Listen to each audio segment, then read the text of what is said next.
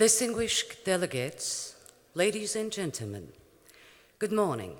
On behalf of IFATSIA and TATSEPA, I'd like to welcome you all to the 43rd of IFATSIA General Assembly. As per the Constitution and bylaws of the International Federation of Air Traffic Safety Electronics Associations, assembly meetings takes place annually in the autumn at such time and place as an assembly or the IFATSIA Executive Board shall have decided. The 43rd of IFATSIA General Assembly is being organized by the Turkish affiliates TATSEPA, Elektronik Teknik Personeli Derneği at Istanbul, Turkey, and once again, welcome to Istanbul. Now, proceeding to opening ceremonies, I'd like to leave the floor over the President of TATSEPA, Mr. Ahmet Eren Bellikli, for his welcoming speech.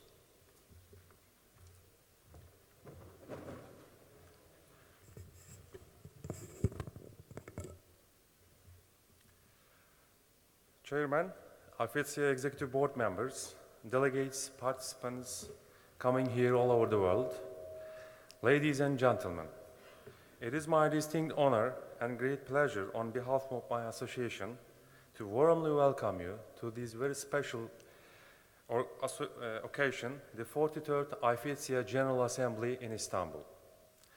Every year, this very distinct organization held under one of an affiliate's hosting. This year, 43rd General Assembly is being organized by TATSEPA, Turkish Air Traffic Safety Electronics Technical Personnel Association, with auspices and support of DHMI. Before giving you a brief information about us, I would like to thank our General Manager, Mr. Orhan Birdal, for all his advisory and precious supports.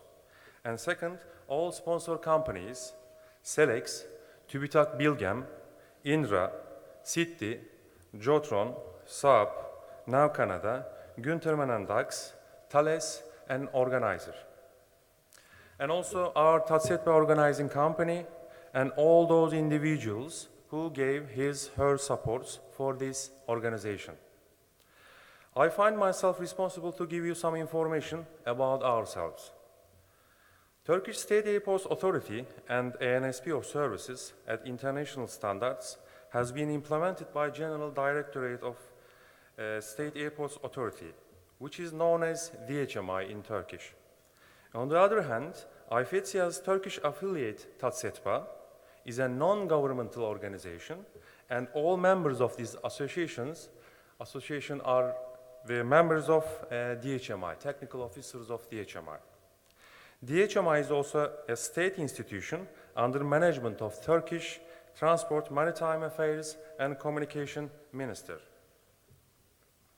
TATSEPA was established in 1993 for the purpose of developing technical skills, economic, legal, social interests of its members, ensuring the secured, regular and rapid flow of air traffic, raising the level of air traffic safety in aviation sector in the country, representing our country as an ATSEP in international aviation community, and promoting tasks of ATSEP to organizations, establishments, and public.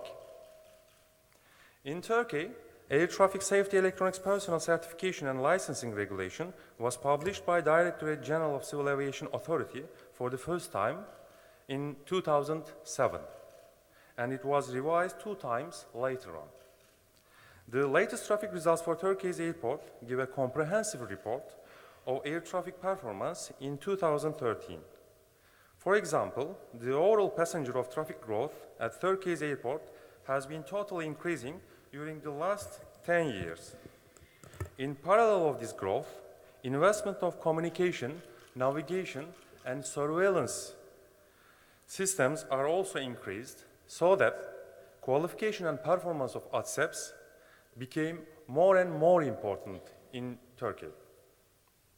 You can find some interesting presentations in our agenda about Turkish air traffic services and CNS infrastructure with figures in along with this organization.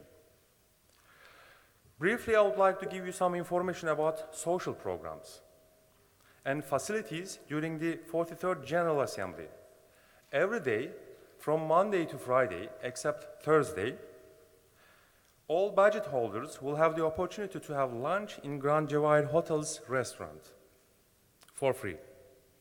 On Monday, which is today, at 7:30 p.m., dressy casual welcome cocktail will be ready for you. On Tuesday and Wednesday, there isn't any social programs. On Thursday, city tour is organized for delegates and their spouses. Those all who have interested to join this tour should give their names to registration desk of IFETSIA General Assembly until Tuesday 5 p.m. For city tour, buses depart at 9:30 a.m. from Grand Jawahir Hotel. In this city tour, you are going to have the opportunity to visit several historical places.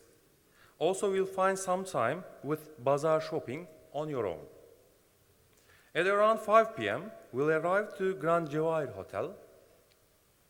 On the same day, at 6 p.m., buses will be ready to provide transfer to the port, where we will have the Bosphorus tour and casually dressed gala dinner in both.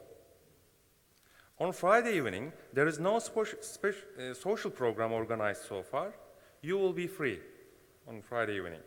At registration desk, according to your demand, optional sports programs can be arranged by organizing company organizer. To conclude my remarks, I have taken a note of the fact that we have a long and demanding agenda in front of us. For that reason, I wouldn't like to keep you any longer than necessary. It is therefore my pleasure to wish you a very fruitful meeting and a pleasant stay in Istanbul, where the continents and cultures meet in peace. Thank you.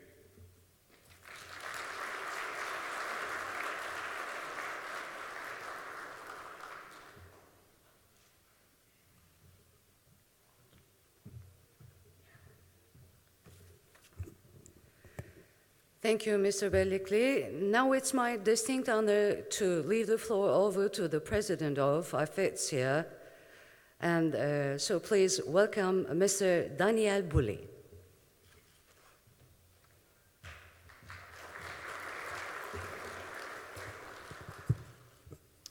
Good morning, everyone.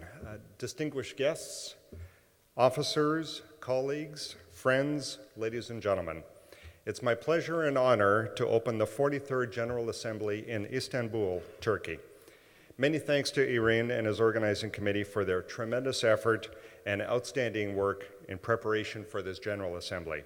I'm confident you will find this week engaging and exciting.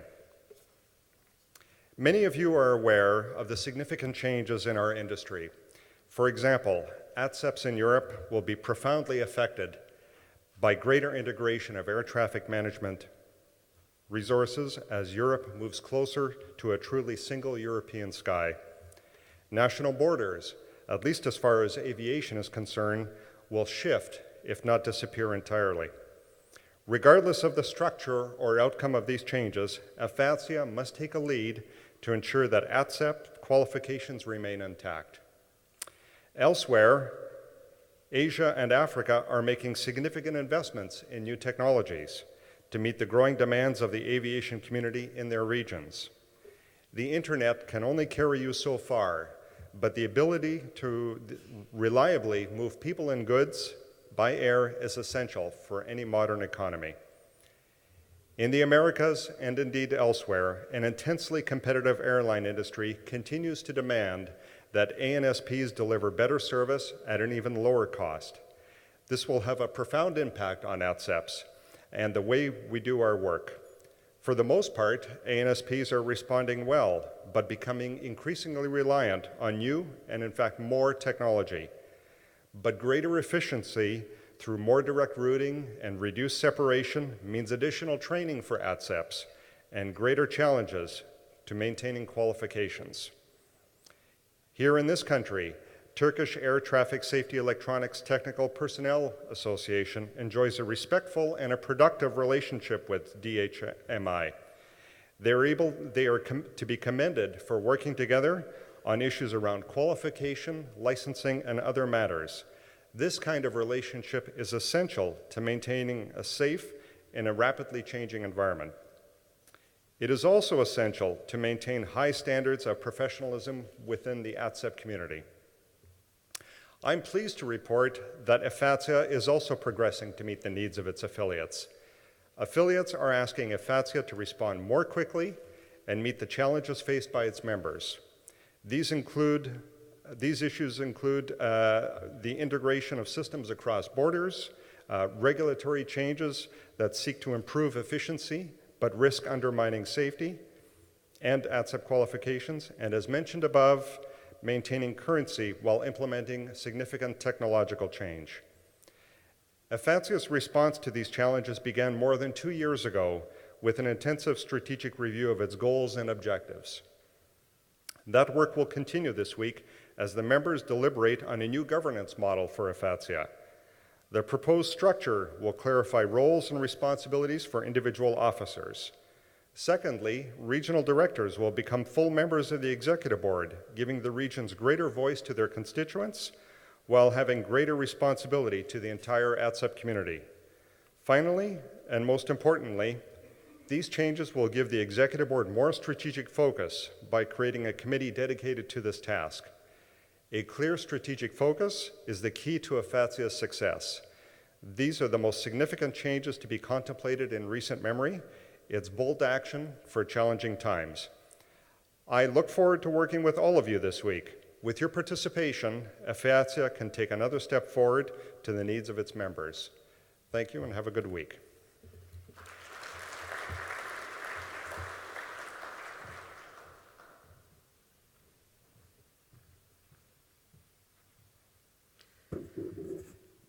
Ladies and gentlemen, now the Director of CNS of DGCA, Mr. Ufuk Erol, I'd like to welcome him to the stage for his welcoming speech.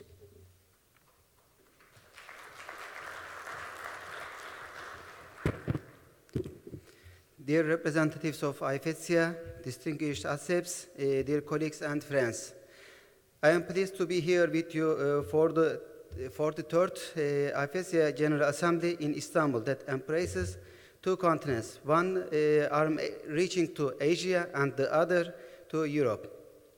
First of all, I would like to convey the best wishes of Mr. Bilal Ekşi, Director General of Civil Aviation.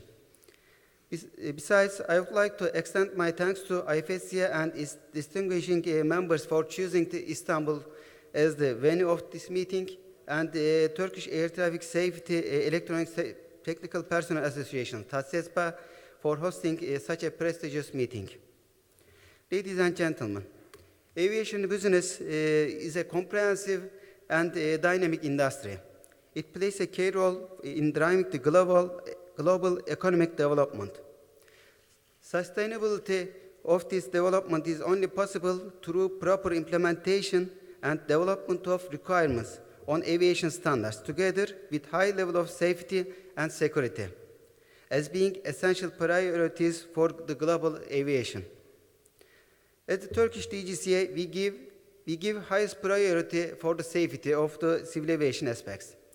Licensing of aviation personnel, such as pilots, ATCOs, and ATSEPs, is a consequence of this priority. As you all are aware of this matter, and Mr. Eren mentioned, our ATSEP regulation in Turkey has been promulgated in 2007. And we have established our licensing system since that time. However, this was not a smooth and easy process. There were some reasons behind this difficulty. Before all, there is no concrete provision within the ICAO. Secondly, people were not ready for this new phenomenon. Hopefully, in Turkey, we have achieved a good process today. We have a recognized and functioning ATSEP system at the moment in Turkey. During our process, we have made several amendments in our regulation as a fine-tuning of the basic one. After the expected amendment of this month, we will have a very concrete ATSEP system in Turkey in a short while. On the other hand, and unfortunately, our basic challenge, lack of IQ provision, still remains on the table, as well as inadequate ATSEP implementation among the IQ member states. Dear colleagues, there is a need for an urgent action in the IQ in order to promote the implementation of ATSEP competency regimes at a global scale. There is a possibility to have an action during the next IQ Assembly to be held on 24th of September. However, I am not so much optimistic from this meeting. On the other hand, we have another opportunity, Assembly 39. All the ATSEPs should make a significant effort to carry out this issue to the agenda and having or taking an action during the 39th of Assembly of IQ to create an ATSEP licensing regime under the IQ. Thus, I kindly invite you all to work or strongly work on this objective. My second message will be to the EASA representatives, which I saw the names in the agenda. We are aware that Eurocontrol ESR5 contains requirements for the ATSEPs. And also we follow that EASA is working on the ATSEP licensing or ATSEP competence regime, which is taking the basis of the Eurocontrol's heritage. At this point, I would like to invite EASA and its representatives to establish a concrete ATSEP regime for the EU member states, which will positively contribute to this issue. And we expect that EASA should not stay at the point that only transposing the Eurocontrol's regulations. It should achieve some further steps and a concrete ATSEP system within the EU countries. My third message will be for the IFSCA and the TATSETVA. Ladies and gentlemen, we are living in an era that life is very much contested. In order to obey the rules of today, as the ATSEP representative unions, IFSCA and in the global arena and the TATSEPA in the national level should be more and more active in order to have a better conditions for the ATSEPs. I expect more active roles for the IFSCA within the work carried out under the umbrella of international organizations such as ICAO and Eurocontrol. To conclude my speech, I wish that this important event will provide a useful platform for the ATSEPs from all over the world to share experiences and pave way to the positive improvements in civil aviation. Again, I wish a successful meeting and pleasant stay in Istanbul. Thank you.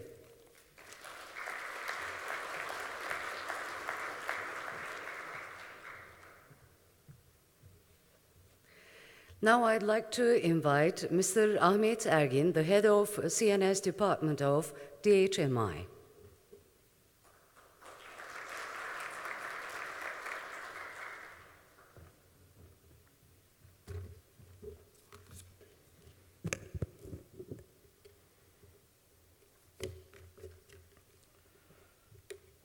Değerli konuklar, Sayın Genel Müdürümüz, Devlet Hava Meydanları Genel Müdürü Orhan Birdal şu anda aramızda olup sizlere hitap edeceklerdi. Ancak elde olmayan acil bir nedenden dolayı ivedi olarak Ankara'ya dönmesi ve Bakanlar Kurulu'na iştirak etmesi gerekti. O bakımdan aramızda olamadılar.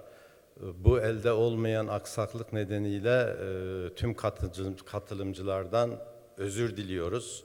Sayın Genel Müdürümüzün sizlerle paylaşmak istedikleri konuşmalarını Genel Müdürümüz adına ben sizlere takdim etmeye çalışacağım. Hepinize hoş geldiniz diyoruz.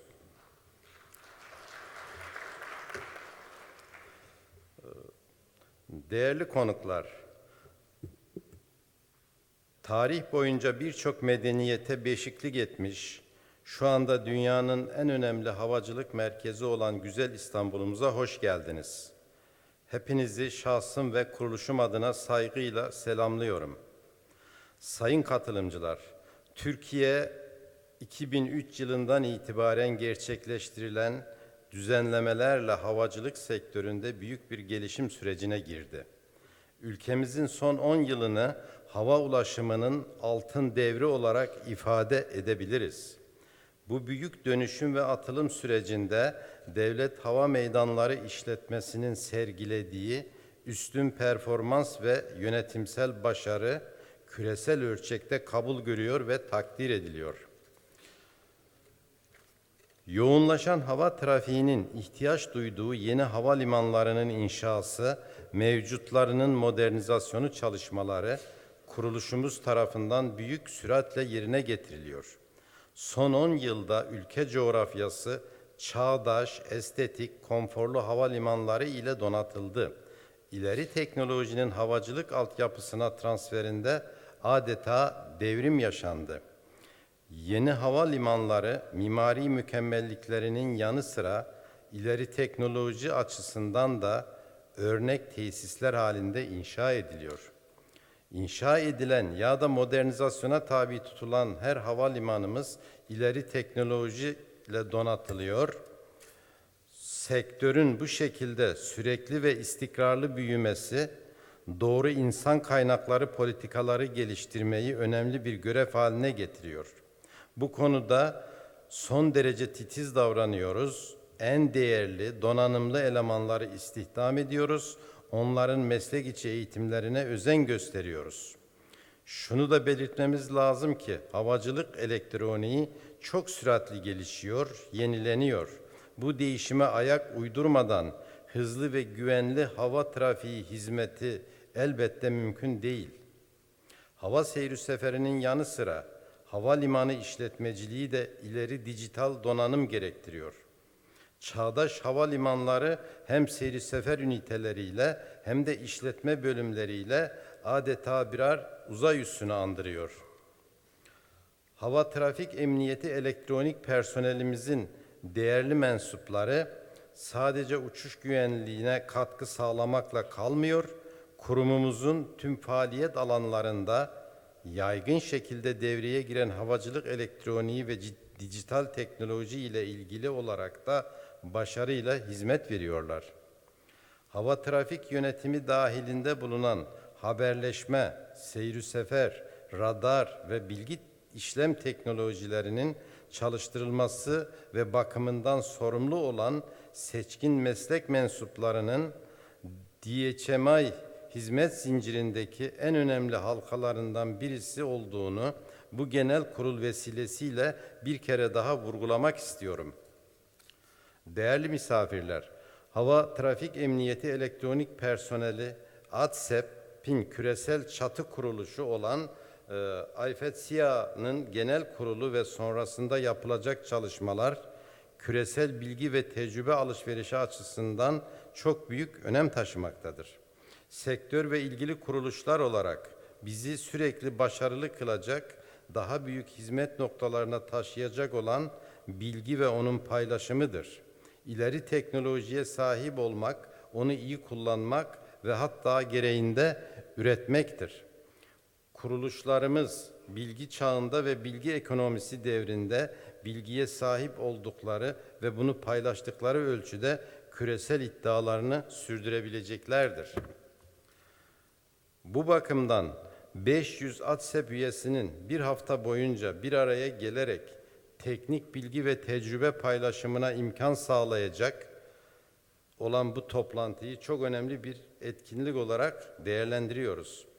Uluslararası hava navigasyon güvenliğinin, verimliliğinin ve düzenliğinin teşviki, hava trafiğinin güvenli, düzenli ve hızlı akışını korumak için elektronik sistemlerin geliştirilmesi, hava trafik emniyeti elektronik personeli arasında bilgi ve mesleki verimliliğinin standartlarının korunması, ses ve veri paylaşımı, büyüyen hava seyri sefer ve hava trafik yönetimi, mühendislik sistemlerinin modernizasyon projeleri gibi birbirinden önemli konuların uluslararası katılımcılarla tartışılacak oluşu etkinliğe küresel bir misyon yüklüyor, daha da önemli hale getiriyor.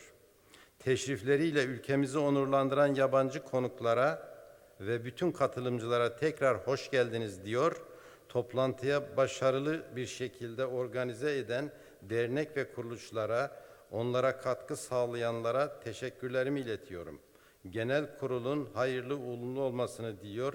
Tüm katılımcılara saygılar sunuyorum. Orhan Birdal, DHMİ Genel Müdürü ve Yönetim Kurulu Başkanı.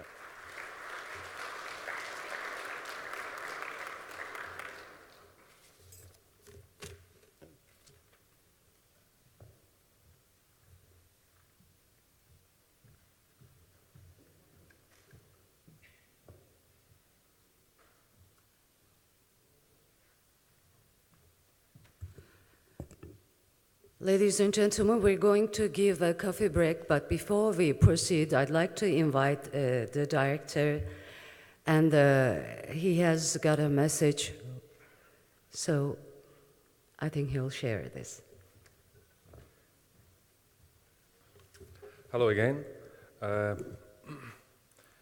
Just for the introduction, a little bit in English. Turkish Transport, Maritime Affairs and Communication Minister Binali Yıldırım sent his sincere apologies for his being unable to 43rd IFESIA General Assembly, and I'm going to read his messages in Turkish. Please take your headsets and can maybe understand more clear.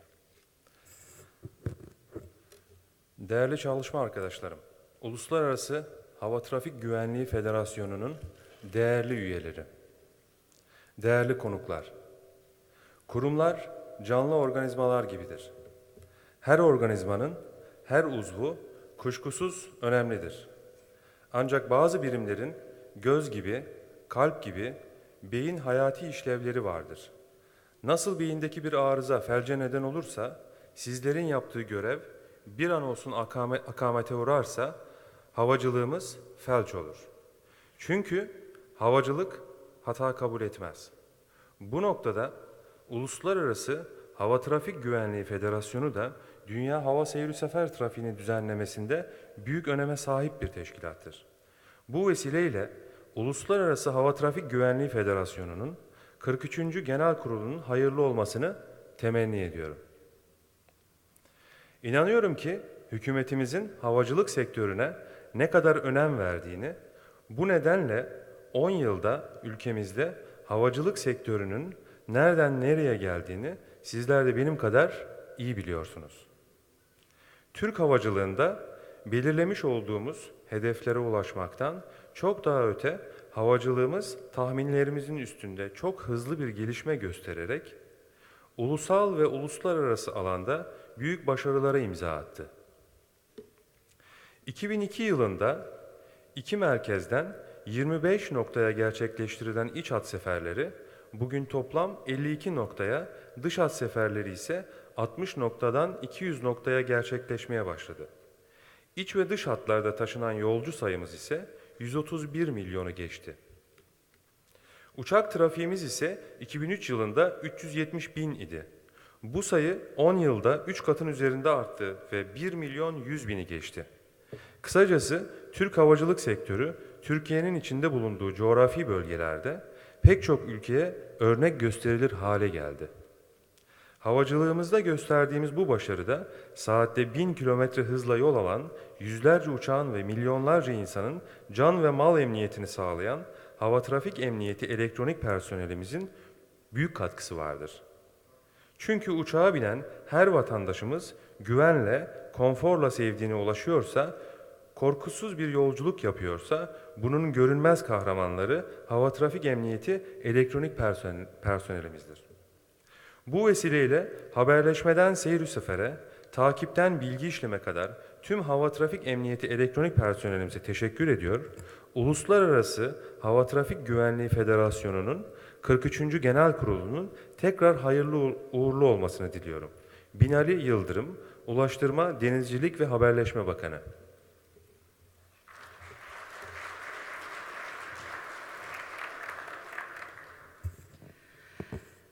Now we are going to give a coffee break, and 15 minutes later we hope to see you again in this hall. Thank you.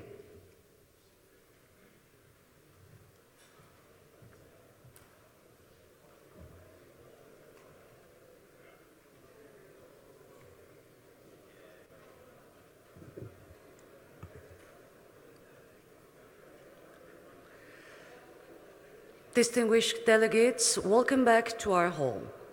Our opening ceremony is going out with the welcoming speech of Mr.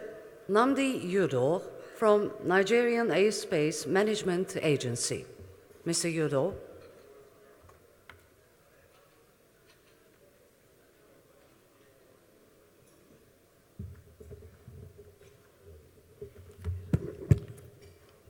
Good morning. My name is Ifeanyi Nwankwo. I'm the Director of Safety Electronics and Engineering Services in the Nigerian Airspace Management Agency. My Chief Executive, Nnamdi Yudo, sent his apologies because he is involved in some national engagement. I'm here to deliver his speech. And also, I am standing on the already established protocol. And the speech is on safe and secure airspace, the role of ASEP, and the Nigerian experience. Distinguished guests, ladies and gentlemen, I was overly delighted to receive an invitation to address this auspicious gathering of one of the most important arms of aviation industry worldwide. My journey as an ASEP started over 33 years ago in the ancient city of Zaria, Kaduna, Nigeria. Little did I know that I had entered into a new and fascinating world of service that converges virtually all technologies ever conceived by mankind. The journey has been interesting, exciting, productive, but not without challenges. Today, as I stand before you at the zenith of my career, let me crave your indulgence by sharing some of my experiences with you. The ASEP plays an important role in the most civil aviation authorities and navigation service providers, ANSPs. Let me reiterate this further. ASEPs are the hardware and the software specialists who are responsible for the specification, procurement, installation, calibration, maintenance, flight testing, and certification of ground electronic systems controlling aircraft movements. We definitely play an extremely critical and pivotal role in the aviation industry, largely employed by air navigation service providers. It is obvious that we are opportune not only to provide services critical to flights, we also are the helm of safety and security of the airspace of civil aviation. For us in Nigeria, our journey and experience is worth sharing with others, not only because you might learn one or two things, but it is our own way of contributing to the evolving age of knowledge that we have all found ourselves in this century. The Federal Republic of Nigeria is located in the coast of Western Africa on an area of 356,669 square miles, with a population of over 170 million people. The country is diverse, with over 400 ethnic nationalities. Nigeria is not only large in size, it is also Africa's most populous country. 2 out of every black man is a Nigerian. Definitely, it is an enormous task to play any leadership role in such diverse environment.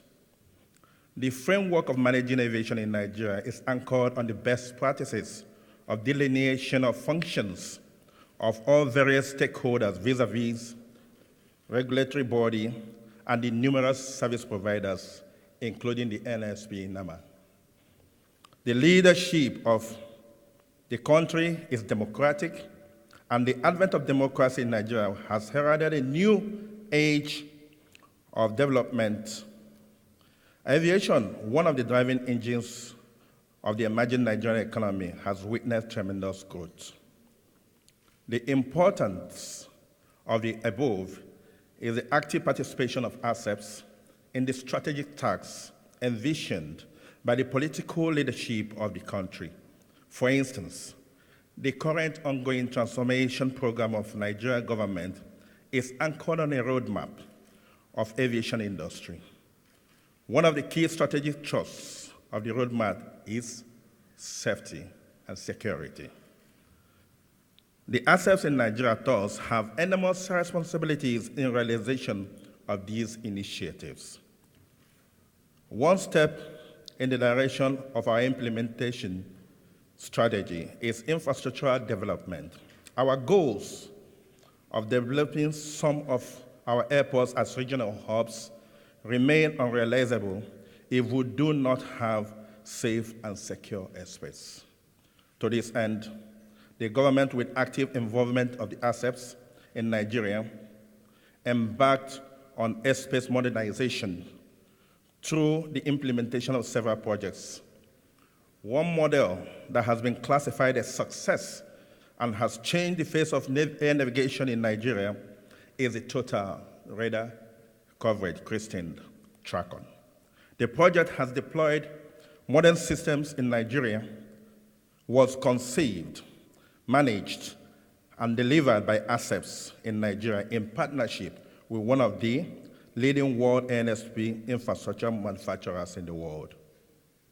The success of TRACON has transformed Nigeria airspace and has led to the conception of several other initiatives, like the total VHF coverage, that's an extended VHF system, the AIS automation, the WGS84 survey, etc. While it is not unusual for countries to develop strategies and achieve similar feats as ours, the good news for Nigeria and the unusual thing about Nigeria model is that the ASEPs are at the forefront of all these innovations. In Nigeria, we, ASEPs, have resolved not to rest on our oars in our quest for excellence, as we will continue to partner with the political leadership of the country and other technocrats to achieve our goals. On a parting note, I want to congratulate the leadership of IFADSIA, with the various affiliates of IFADSIA, members of the Distinguished Global Federation of Professionals. A giant stride of IFADSIA, in particular, has been motivational. From a 10-affiliate body to 50 affiliates in less than 30 years. IFADSIA has not only grown in stature, but has made a considerable impact comparable to IFALPA, IFADCA, and the rest. I am sure that the best is yet to come and yet to be seen. I want to wish everyone here a successful deliberation in Istanbul, and we wish to thank you for listening to me. Thank you very much.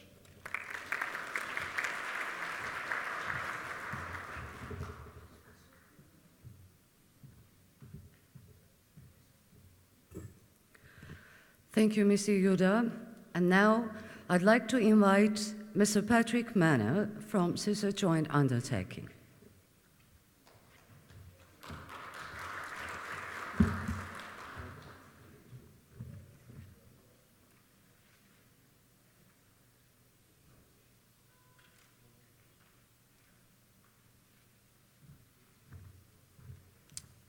Good morning, ladies and gentlemen. I'm Patrick Manner, working for the AGU. My background is I'm an engineer, so I've been suffering of the neck, if you know Dilbert, when I was young. So I've been working in aviation for 25 years, and I'm on this CESAR program. So I'm going to explain you what is CESAR, what it means for Europe, but also what it means for the other countries in the world. So typically in CESAR, we are working in a private-public partnership. What does it mean?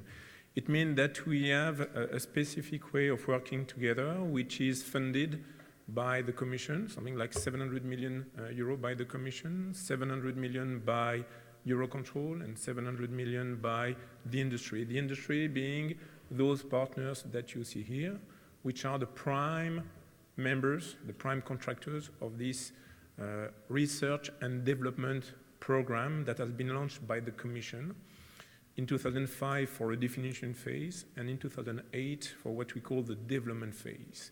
So in CESAR, what we are doing all together is for the first time, instead of having multiple activities of research and development for future air traffic management system, is to foster to have this kind of synergy of effort to avoid to have this proliferation, duplication of systems and research and development.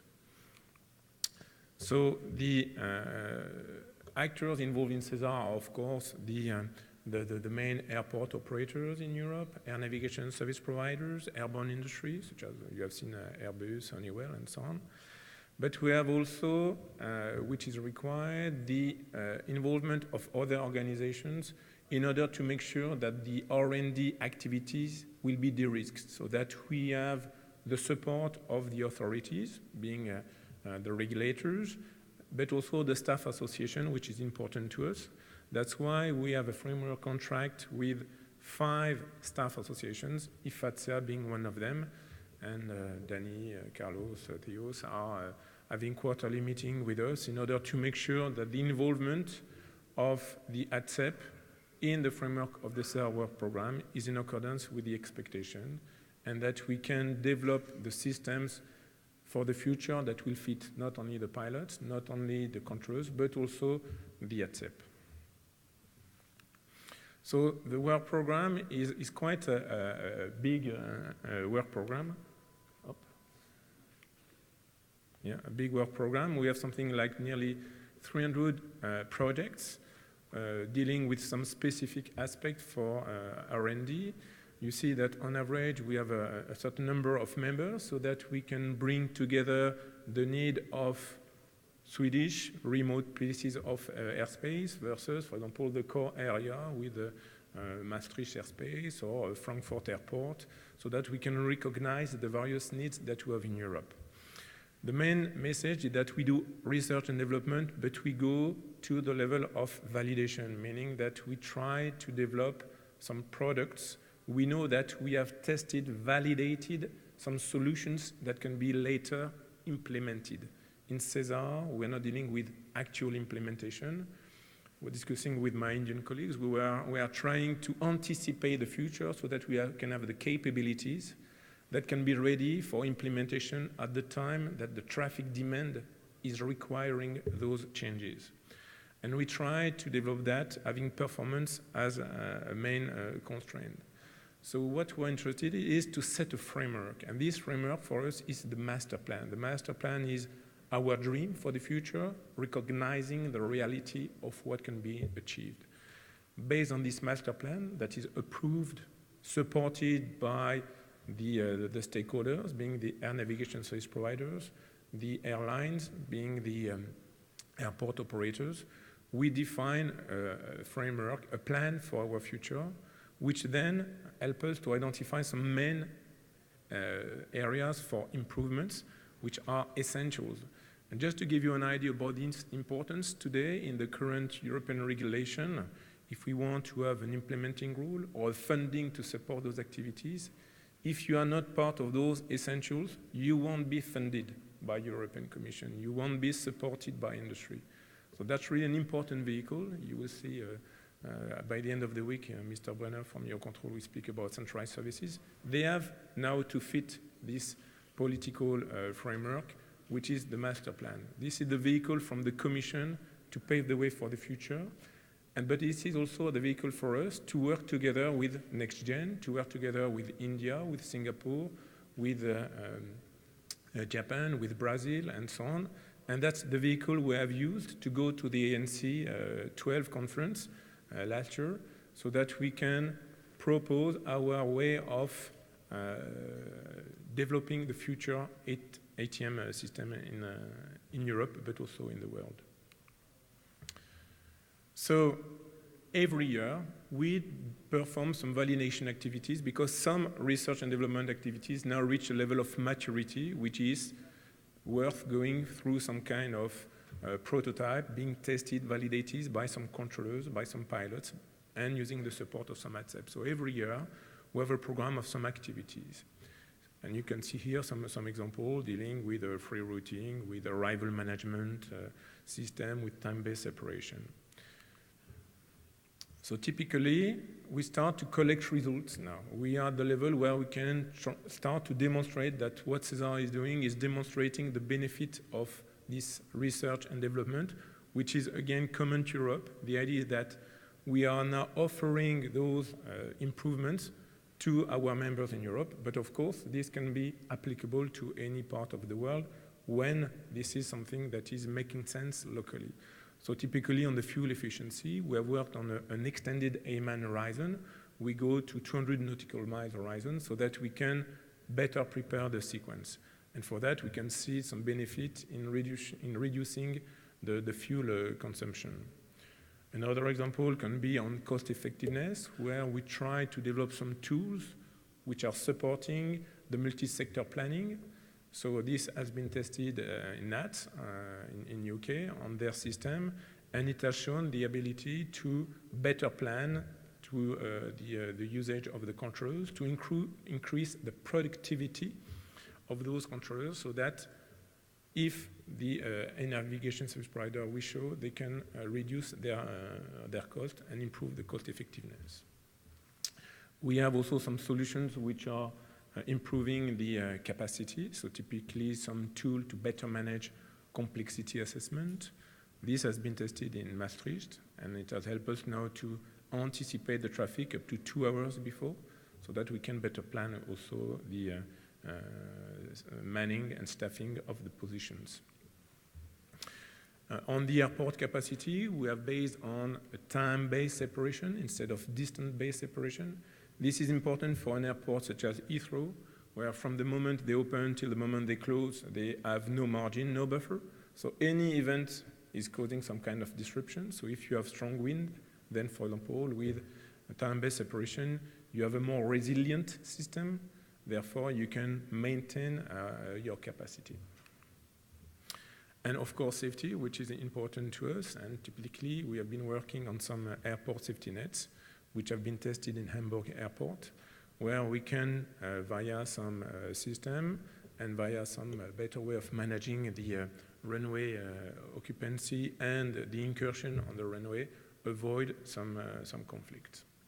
So just to show you that in CESAR, what we try to do is to work in accordance to performance objectives. We have some needs to improve safety, to improve cost efficiency, fuel efficiency. And today in blue, this is the target for the European Single Sky Initiative. CESAR is only one of them. We have others, typically working all together in what we call FAB, Functional Airspace Blocks. We have some local initiatives. We have some initiative from the performance scheme. So now in Europe, the route charges, aspects like that are regulated. So the European air navigation service providers face difficult time because they need to lower their cost in order to make their service more competitive. What is interesting also is that we are having a plan for this year and for the next year to come for certain activities that we conduct, and we involve, of course, airlines, we involve airport operators, ANSPs, in order to perform those validation activities.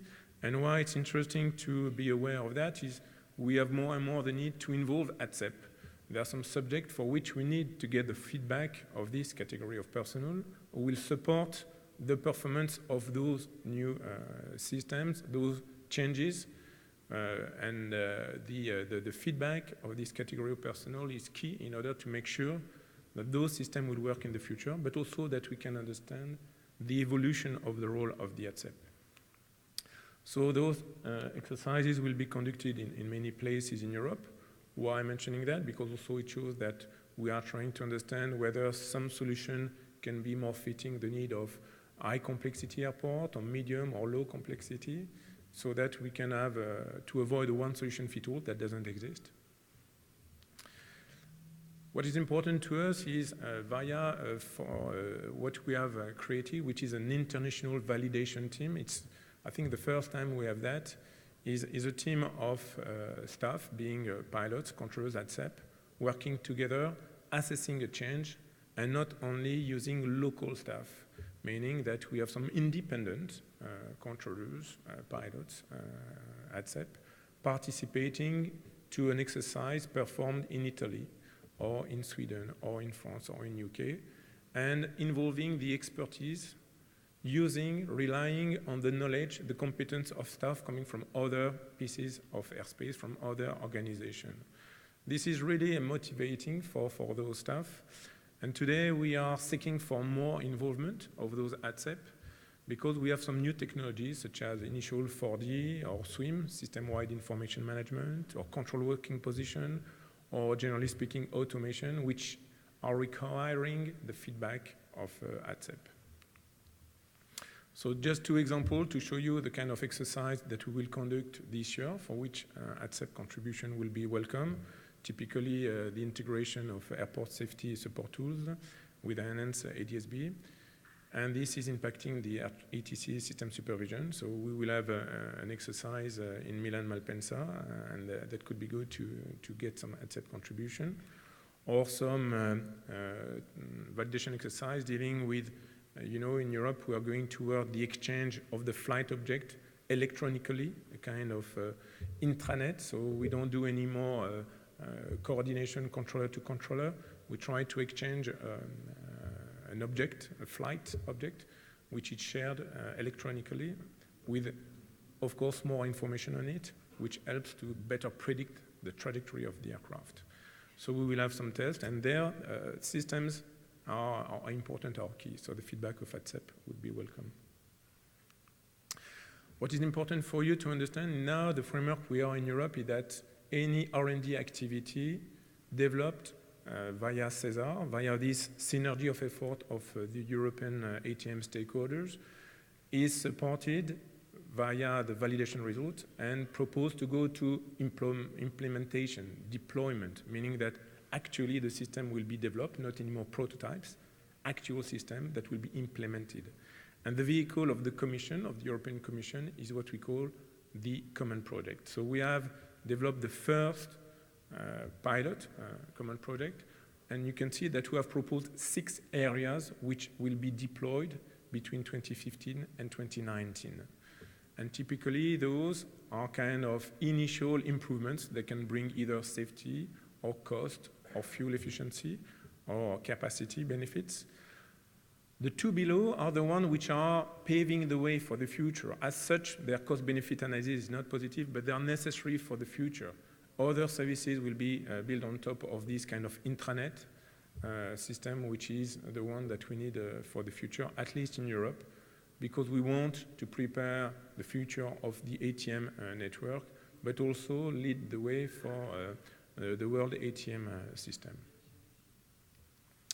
So to conclude, what is important to us is that IFATSEA and the ATCEP are part of the work program. They are involved in projects dealing with 4D, control working position, remote tower, system-wide information system. They are involved in the human factor aspect, in the supervision, but also for more what we call research, long-term research and development, where the impact of automation has to be understood, not only from a technical point of view, but also from a liability point of view. And we would like the ATCEP to participate even more to validation activities. So what is really important for us, for you to understand that CESAR, that's a unique beast, and that's the first time a private-public partnership is successful in Europe. And this is now used by the European Commission as a model for other initiatives in other domains, for example, railway or other domains, because this is the way to involve industry upfront to make sure that the future users are together with the researchers developing the system that will be used in the future. And pragmatically, step by step, we develop some improvements that we validate, so we can demonstrate that we have a solution. It's not only a dream. We look at performance. We don't want to develop system for the beauty of it. And what is important is that this is working. Now, years ago, nobody thought about it, that it would be possible. Now it's done. Nobody can think today anymore about developing his own system in Europe on this corner. The NSP now, they coordinate their position before contributing to CESAR. These are big changes. Even industry, together, they agree to work in accordance to develop certain standards. So we have really changed the way we perform ATM research and development in Europe. And this has been so successful that the Commission has recently decided to extend CESAR till 2024 for a second phase of research and development, because this way of working is actually delivering and is successful. And what is important is that staff, and amongst those staff, ATSEP are participating, are involved, and they contribute to that.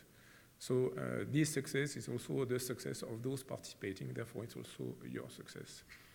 So I would like to thank you and wish you a nice event this week. Thank you very much.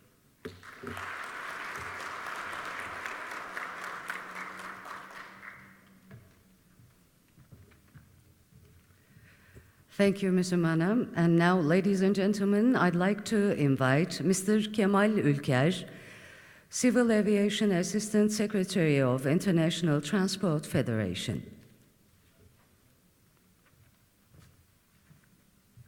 Thank you. It is also International Transport Workers Federation. This is what we do. We represent workers. That's the most important word, actually.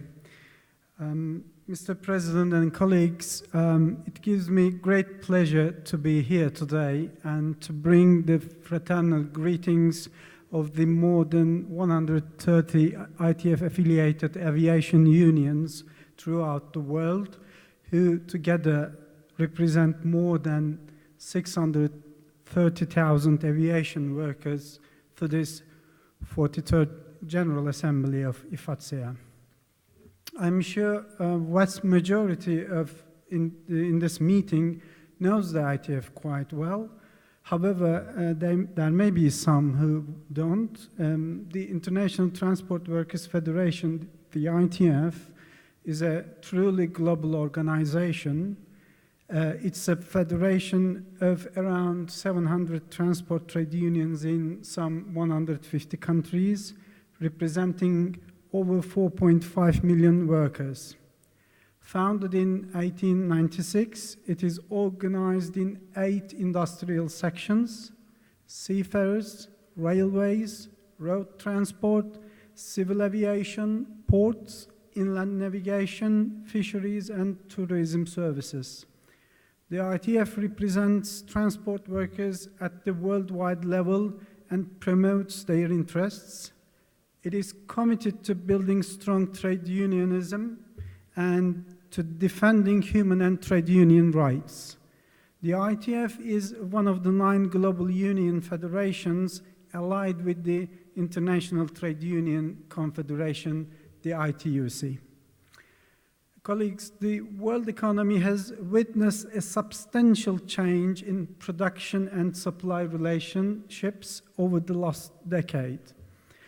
This transformation is affecting the service sector, delivery and sale of both private and public services, although still adapted to local markets and conditions, are increasingly coming from multinational enterprises.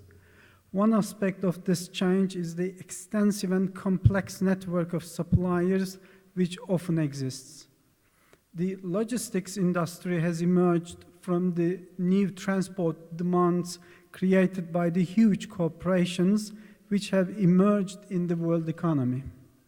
Many of these corporations can no longer cope with the enormously complex process of moving all their components, supplies, and finished products at the right time and cost-effectively between all their different suppliers, assembly plants, distribution centers, and final customers.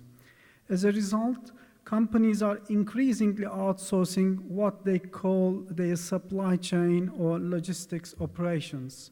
Global logistics has depended on the liberalization of transport, and there is pressure for more liberalization. Global supply chains require goods, stocks, components, and parts to be at the right place at the right time in the quantity and condition needed. Companies seeking to become logistic players have come from different sectors of transport industry. Traditional transport companies, airlines, rail operators, shipping companies, postal companies, trucking companies, etc., have been transforming into integrated logistics organizations. They are all buying into other transport modes. Their idea is to create seamless global transport networks. This adds new pressures on labor. The development of an intermodal logistics approach to transport has gone hand in hand with intensified pressure on working conditions, work practices, and workers' rights. Transport workers' terms and conditions of employment have become a principal target of cost-cutting initiatives. The same goes for their rights as well. Global supply chains dependent on just-in-time delivery can be extremely fragile. As companies become increasingly global, supply disruptions can come from any corner of the world. This is why, for example, limiting the right of ATM staff to go on strike is a hot topic on the agenda. Nowadays, we are deliberating on this issue with IFATSIA and IFATCA. Employers no longer restrict themselves to industrial borders, and neither we can.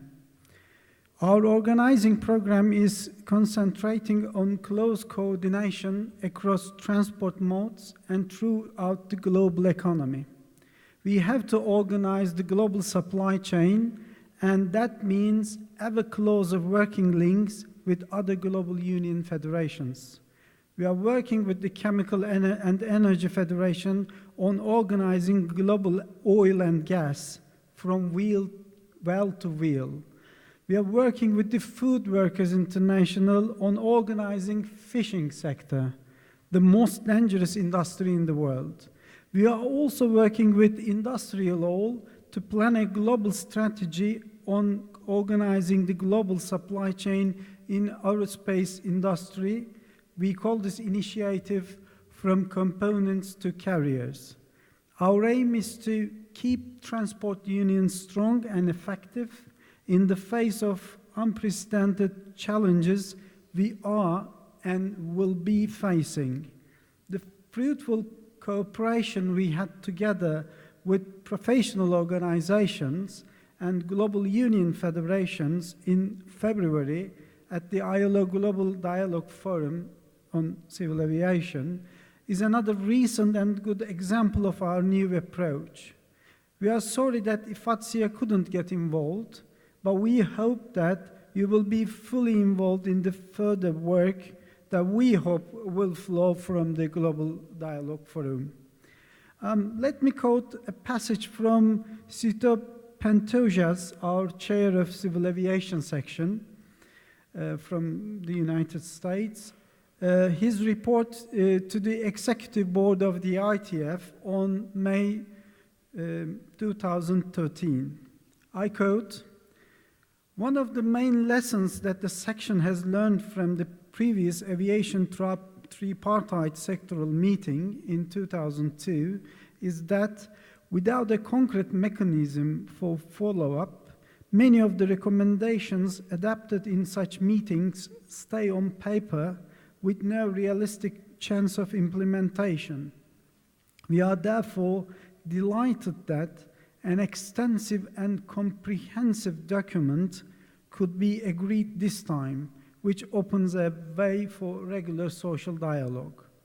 The points of consensus text is remarkable for the extent to which a strong role for government is advocated and for recognizing the need for continuing social dialogue within the industry. There was good cooperation and coordination between various participating federations and associations, including those representing pilots, air traffic controllers, air traffic engineers, and maintenance personnel, as well as global union federations, the IUF, and the industrial law.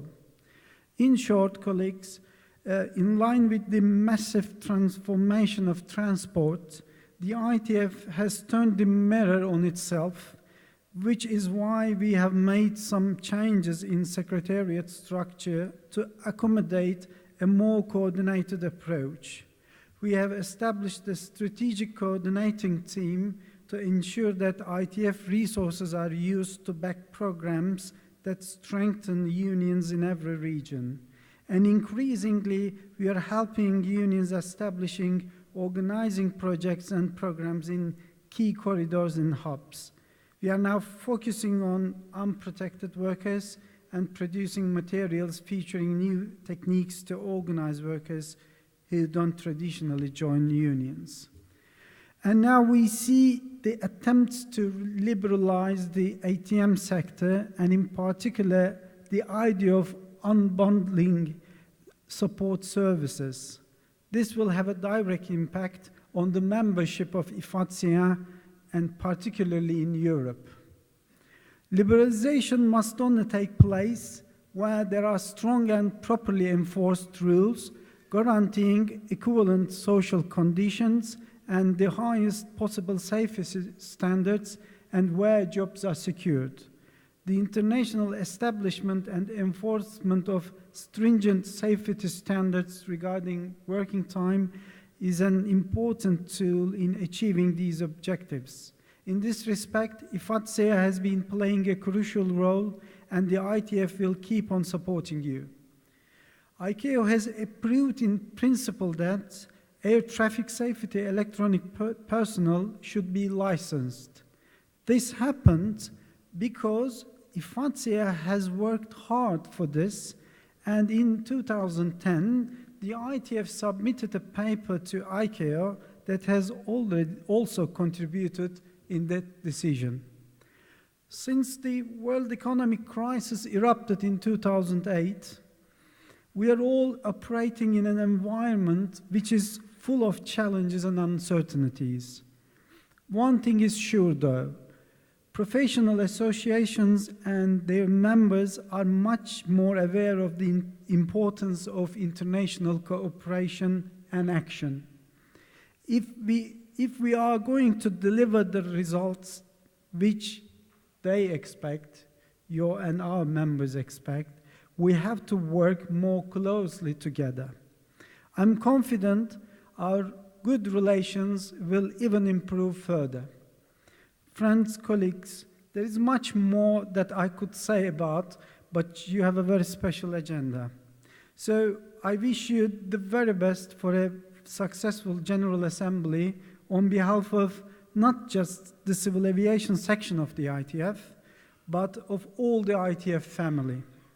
You have some difficult issues to cope up with, but the workers need strong representation, and their representatives, EI unions and professional organizations like IFATSEA, need international cooperation and mutual support. Between us, we can deliver these things in every part of the world. The ITF is determined to work closely with IFATSEA to this end. Thank you very much.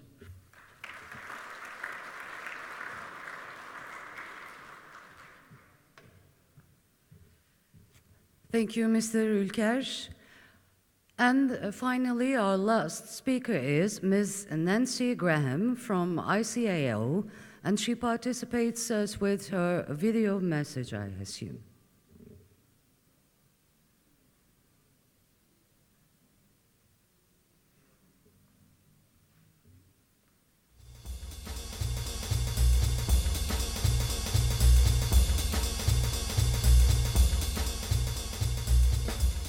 Hello, everyone. I'm Nancy Graham, Director of the Air Navigation Bureau. Again this year, I'd like nothing more than to be with you today in Istanbul. Seriously. Last year, I couldn't be with you because of the workload associated with the 12th Air Navigation Conference, and this year, it's the 38th session of the General Assembly, which just buries the ICAO Air Navigation Bureau with work. But thank goodness for technology, and I'm delighted to send you this video. Let me please begin by expressing our deepest gratitude to IFATSEA for the work presently underway in developing a set of competencies for ATSEPS. You know I have a special place in my heart for ATSEPS. Our goal is to finalize a first draft of the competency framework by the end of this year. A meeting of the Next Generation of Aviation Professionals ATM group has been called for the 4th of November, and I know I can count on your participation. These competencies will eventually be introduced in our PANS training document, and that will become a pivotal tool that will not only standardize ATSEP training globally, but will help the civil aviation community implement the technologies of the future air transportation systems that you, the ATSEPs, help us maintain and manage. We recognize the key role of ATSEPs and that of IFATSEA as the voice of ATSEPs. IFATSEA has been a part of the ATSEP competencies NGAP group since the very beginning. Before, there were very few active participants in this work. This number has now expanded to include representatives of CANSO and individual air navigation service providers. This indicates a keen interest in the activity of the group and a recognition of the key role that ATSEPs play and will be continued to play. Let me try that again. And will be called to play in the implementation of the air navigation system. When I spoke to you back in April 2012, I told you about the Global Air Navigation Plan and the Aviation Safety Block Upgrades. I had concluded my talk by telling you that as we progress the work of the block upgrades, we have to pay attention to those who will be tasked with implementing them, including you, the ATSEPs. Mr. Torsten Wei, the IFATSEA Regional Director for Europe, attended the 12th Air Navigation Conference last November, where the conference supported modules to support the improvement of airport performance through the integration of arrival, departure, and surface management, increasing the use of PBN and GBAS-based instrument procedures, optimized management of wake turbulence separation, enhanced service surveillance, and airport collaborative decision-making. They also agreed to support the application of SWIM, something you know a lot about, FFICE, and integration of aeronautical and ATM information. In addition to support the improved flexibility and efficiency in descent profiles, improved flexibility and efficiency in climb profiles, and data link surveillance and communication supporting trajectory-based operations. Clearly, the implementation of these modules cannot happen without the support of competent ATSEPs. We believe that the competency framework that you're helping us build will provide a blueprint to engineer the ATSEP training and assessment that will support the modules that I mentioned. That's good, but it's only the beginning. The challenge resides in implementing a competency-based approach, and that requires the buy-in of everyone on the team.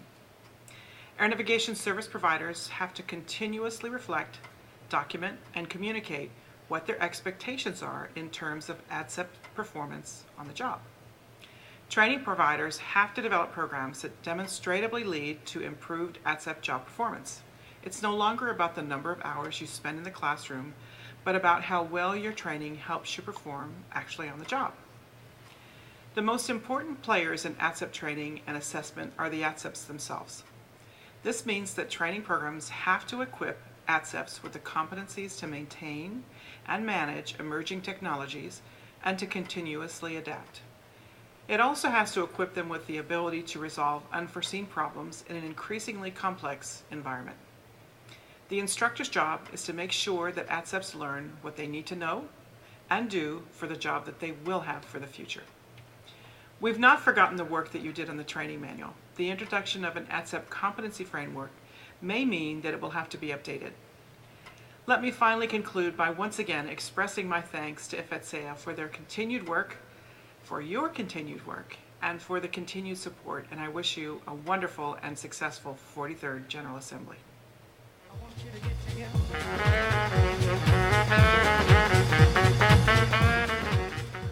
So we'd like to thank to Ms. Graham for this video message, and now we have come to the end of the opening ceremonies.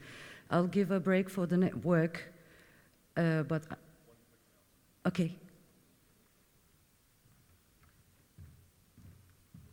Thank you. I just have one quick announcement before we break for lunch. As you know, sponsorship makes these assemblies happen. Without sponsors, it would be very difficult to have the kinds of facilities we have and the support such as the coffee breaks and lunches and things like that. So I would like to remind you that the sponsors are next door and we encourage you to go visit them. In fact, there's a coffee station next door and the line is much shorter there than it is anywhere else. So it's a good idea to visit our sponsors, develop the relationships, build the networks, because they're part of what we do. So that's just a reminder. And then I think we'll break for lunch. Yes.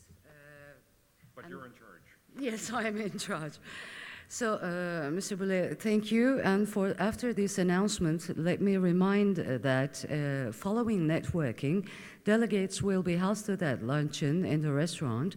And following the lunch, delegates are kindly invited to this main hall for the plenary session at 14 hours. And please make sure that you wear your badges for the entrance of the luncheon and the networking. So, afiyet olsun in Turkish we say, bon appétit.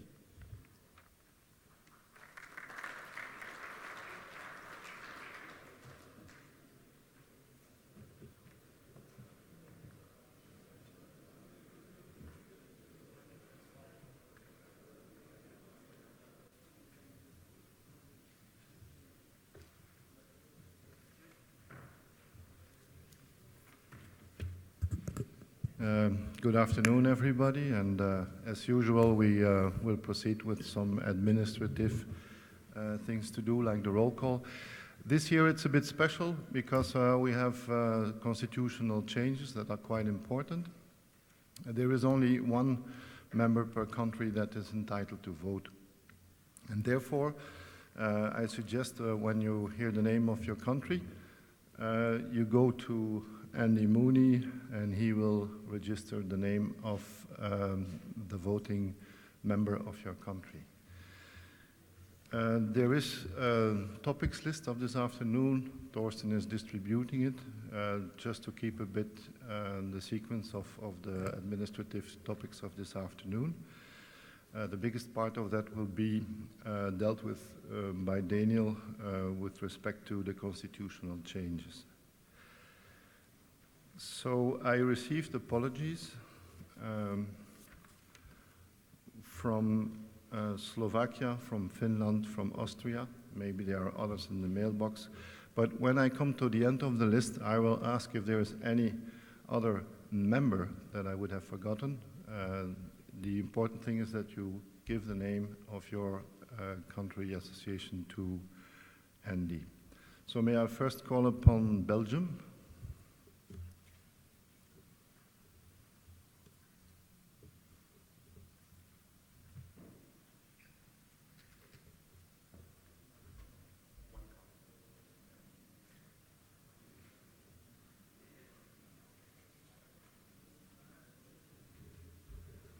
Bulgaria.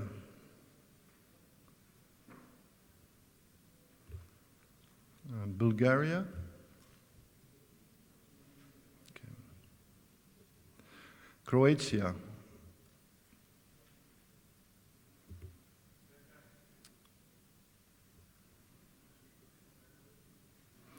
Cyprus.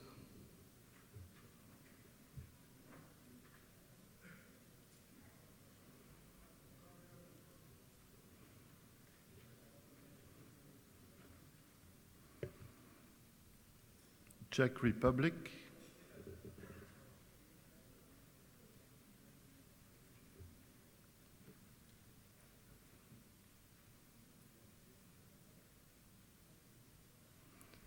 France.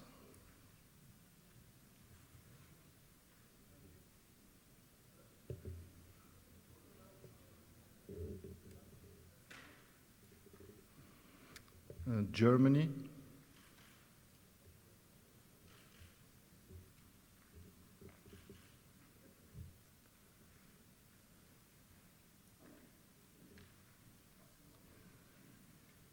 Ghana,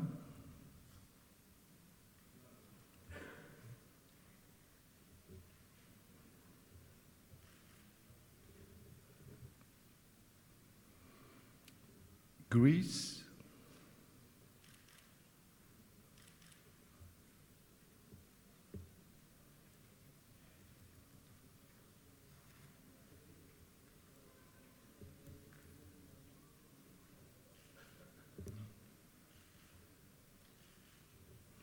India,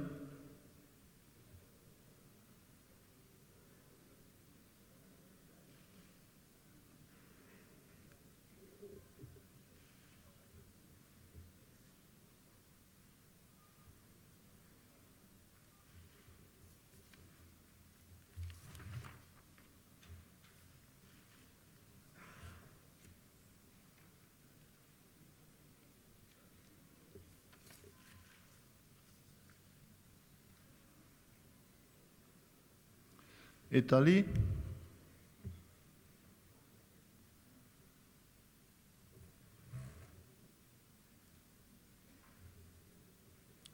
Japan,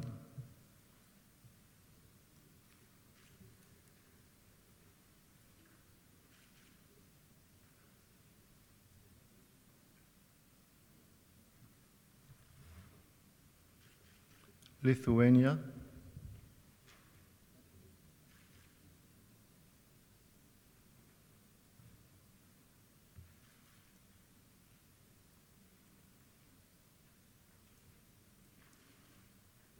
Macedonia,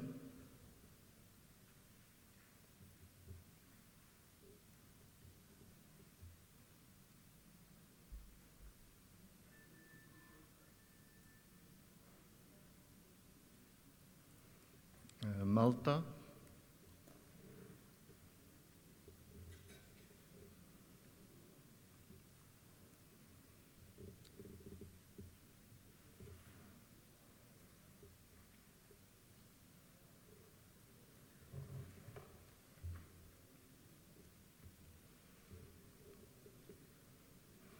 Morocco,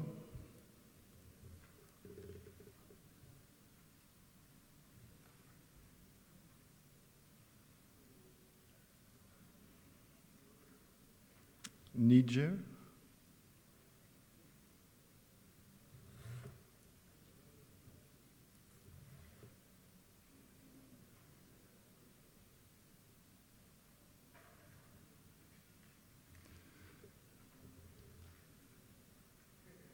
Nigeria,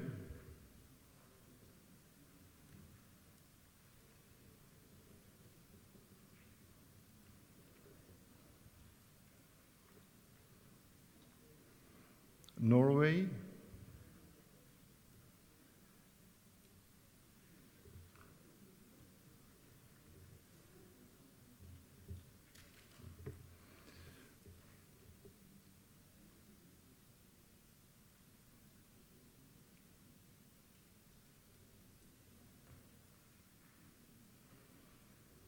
Portugal,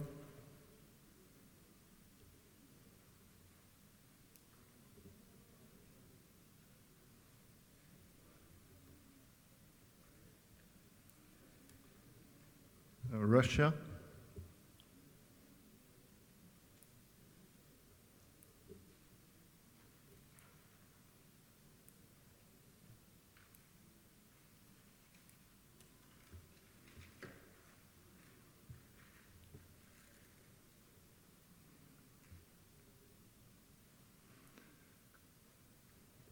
Senegal,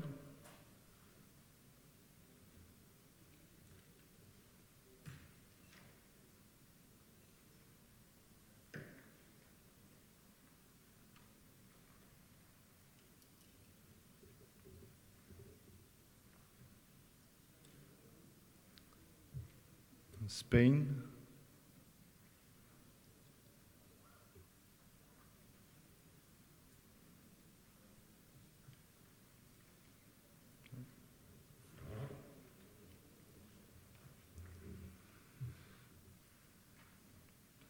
Sweden,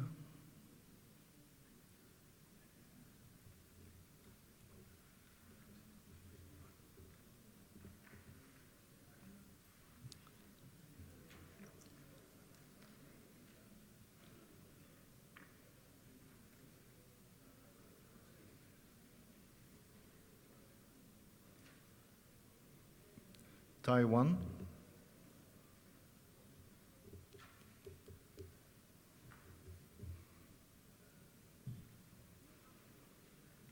and Tanzania,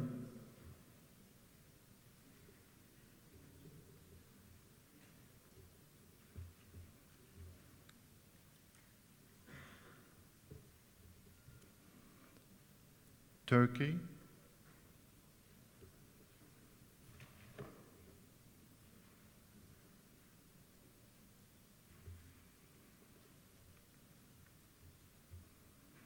Uganda,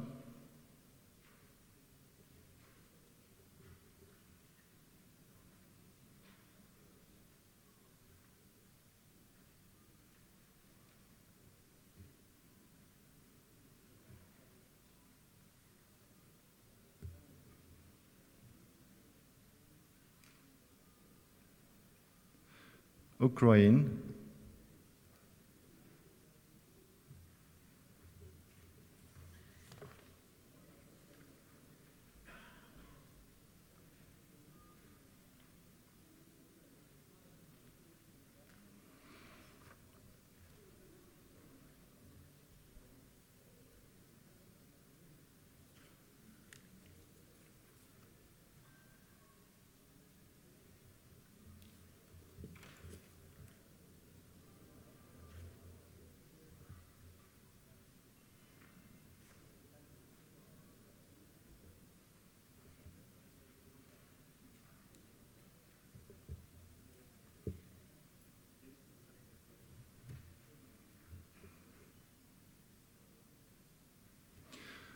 this was the list that was derived from those who registered. So is there any voting country present that was not mentioned?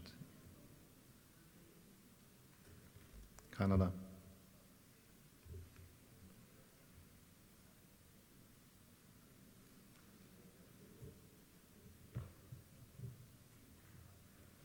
It was not on the registration.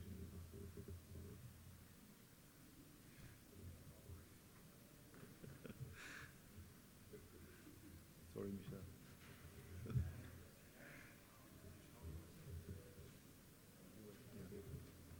That's after Ukraine, USA.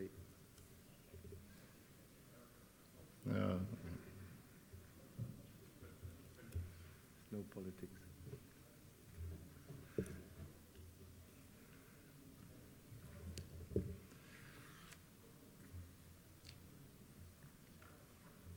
So we deal with the proxies separately. We received some, and we will leave this open depending on if countries go earlier. You are entitled to give a proxy vote, but then you should inform me that we take formal note of that. I will make up a summary of proxy votes when we come to the voting procedure. Now, there are some, if you see, as everybody, at least one copy per country, the topics of this afternoon. Looks like so.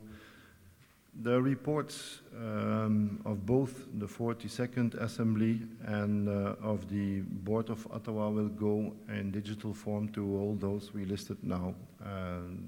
That will be by tomorrow or so, because we have a substantial time frame here for the constitutional changes. Same, the third point, IFATSIA strategic planning will be part of or integrated in the presentation of Daniel. With regard to elections, there will be no elections this year. With regard to motions, we received two from Italy. Yesterday they were discussed in the executive board, well, received, and we will put them back on the agenda tonight, and then we'll see if they go back to the Eurogroup for further clarification. But we well received, to the Italian colleagues, we well received your motion. So I think this is for the first part. We will come to the small summaries of agendas after the biggest chunk has been gone through, which is the 613 constitutional changes. What's the process for the constitutional amendment? and what is the explanation of proposed changes. And therefore, I would give back the floor to our president.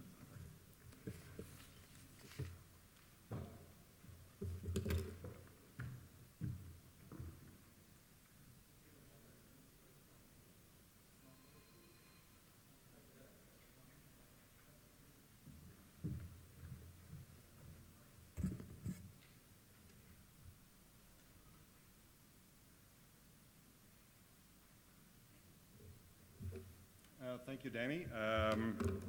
I promise that Canada and the United States will not take offense for not being included on the registration list. That got sorted out fairly quickly. Thank you. Just waiting for the presentation to come up. Very good. Good. As you know, from the last assembly in New Delhi 2012, the Executive Board, thank you, was instructed to continue the work that it began. And that work began, okay, how about this one? How about that one? How about,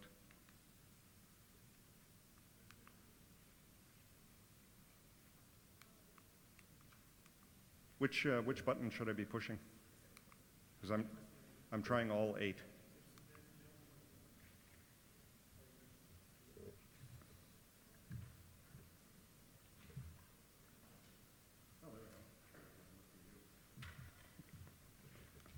Very good. Okay. As you recall, starting back in fact 2012, when the Executive Board had a special strategic session in Amsterdam, we produced a report which was distributed at the 2012 General Assembly in New Delhi. Now, many things came out of that report. Among them were kind of a reflection or acknowledgement that, in some respects anyway, EFATSIA was something of an outdated organization, that it had not properly adapted to the growth of its membership. And there was also a reflection that the responsibilities of the Executive Board members was certainly unclear. And those things and many others contribute to perhaps the fact that we were being blown by the wind, if I could put it that way. That report, I don't know if you have read it. I strongly encourage you even read it today, because there's much more to it, and I don't have the time to go into it in great detail. But I would encourage you to read it, and if we can certainly make that available either on the website or directly through by email. So part of the strategic direction in the report included a discussion or an objective to certainly review, validate, and redesign the committee structure. You've heard me say this I just want to make sure I'm on the right slide here. You've heard me say this, that a committee meeting with 50 or 60 people in the room is not really a committee meeting, and is not perhaps the most effective way to do business. So that was certainly one thing that came out of those meetings. The other was the review of the working groups, and part of that came from the experience of how successfully the working group created the training manual, ICAO 7192. So those combined, there was also a recommendation that it was time to maybe bring some structural changes to EFATSIA and make those recommendations to the affiliates. Part of it, at about the same time, we received a report from the Eurogroup that met in May of 2012, and they, although using different words and maybe a different context, they also expressed some frustration about EFATSIA, about its governance, and about how it was conducting business. There was a feeling that it did not have enough autonomy to conduct its own affairs or deal with problems that were specifically concerning Europe. And of course, the major problem is that the communications from EFATSIA, however you define that, were poor or non-existent. So those were all things that the Executive Board was tasked to consider. And those of you that recall our meeting in New Delhi last year, the delegates gave the Executive Board very specific instructions to continue that work with a timetable that the Executive Board would produce a report and proposals for for your approval at this meeting, which we have done and which is the essence of this presentation. So what I'm going to go through in some detail is exactly how we propose to make these, or how you will make these decisions this week, the specifics of the decisions, and build time for discussion. So let's just go back a little bit here from February 2013 to present and the work that was accomplished. The initial discussion paper that was posted back in February on kind of a temporary website kind of explained at least some initial thoughts of the executive board on how the executive should govern itself, different roles and responsibilities. We received some feedback, and we incorporated that feedback in our April executive board meeting, which was held in Ottawa.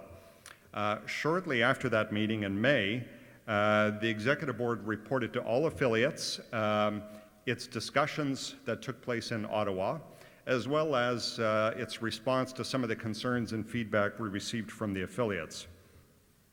So shortly in July, on July 19th, that's when we produced really the first draft of the proposed constitutional amendments and the changes to the Constitution, as well as 3 resolutions which would be required in order to make those changes happen. Now, every country has a package, and I encourage you to read it because you will be given some time to reflect. But basically, the 3 resolutions are, number 1, to actually change the Constitution. Number 2, to appoint the existing executive board to their new roles under the new structure. And the third one is to appoint regional directors to the vacancies. The proposal is to move from 6 executive board members to 8, leaving 2 vacancies which need to be filled by a process. Now, in August of 2013, the executive board and the regional directors held a teleconference to approve these proposed changes, resolutions, and the overall transition plan, which is what I'm presenting to you today. And we delivered the final package to the regional directors on August 15th. The preliminary agenda for the discussion was posted on IFATSIA's website on August 20th. And I'm way ahead of myself. And finally, we're into part 2, which is what happens this week, where we explain the changes in the process. We give time for delegates' discussion and group meetings as you see fit informally. Opportunity for last-minute refinements. The executive board will this week report on the feedback from the delegates as a result of your own discussions. And by the end of the week, or at the end of the week, we'll be recommending approvals for the changes or approving the resolutions for the proposed changes. Now, one of the subjects that came up this week, in fact, was whether the executive board would consider any other constitutional changes other than those that were received in accordance with the deadlines in the Constitution. And the short answer to that is yes. The executive board will consider whatever the membership puts in front of it. Now, consider does not necessarily mean recommend. Here are the factors the executive board will consider or will take into account if any of the members, any of the affiliates wishes to propose last-minute changes to the Constitution. First of all, the timing. Obviously, a change that's delivered on Friday morning will be given less consideration than a change that was delivered at the beginning of August, because everybody would need time to reflect. The second thing the executive board will consider is the complexity of the change. Small editorial changes to clarify the language or the rules or the procedures are obviously easier to implement in a short period of time than more comprehensive changes. So that's another factor. And finally, the last thing the executive board will consider is whether or not your proposal, I'll call it a last-minute proposal, how it relates to the project that we have this week and our objective for this week.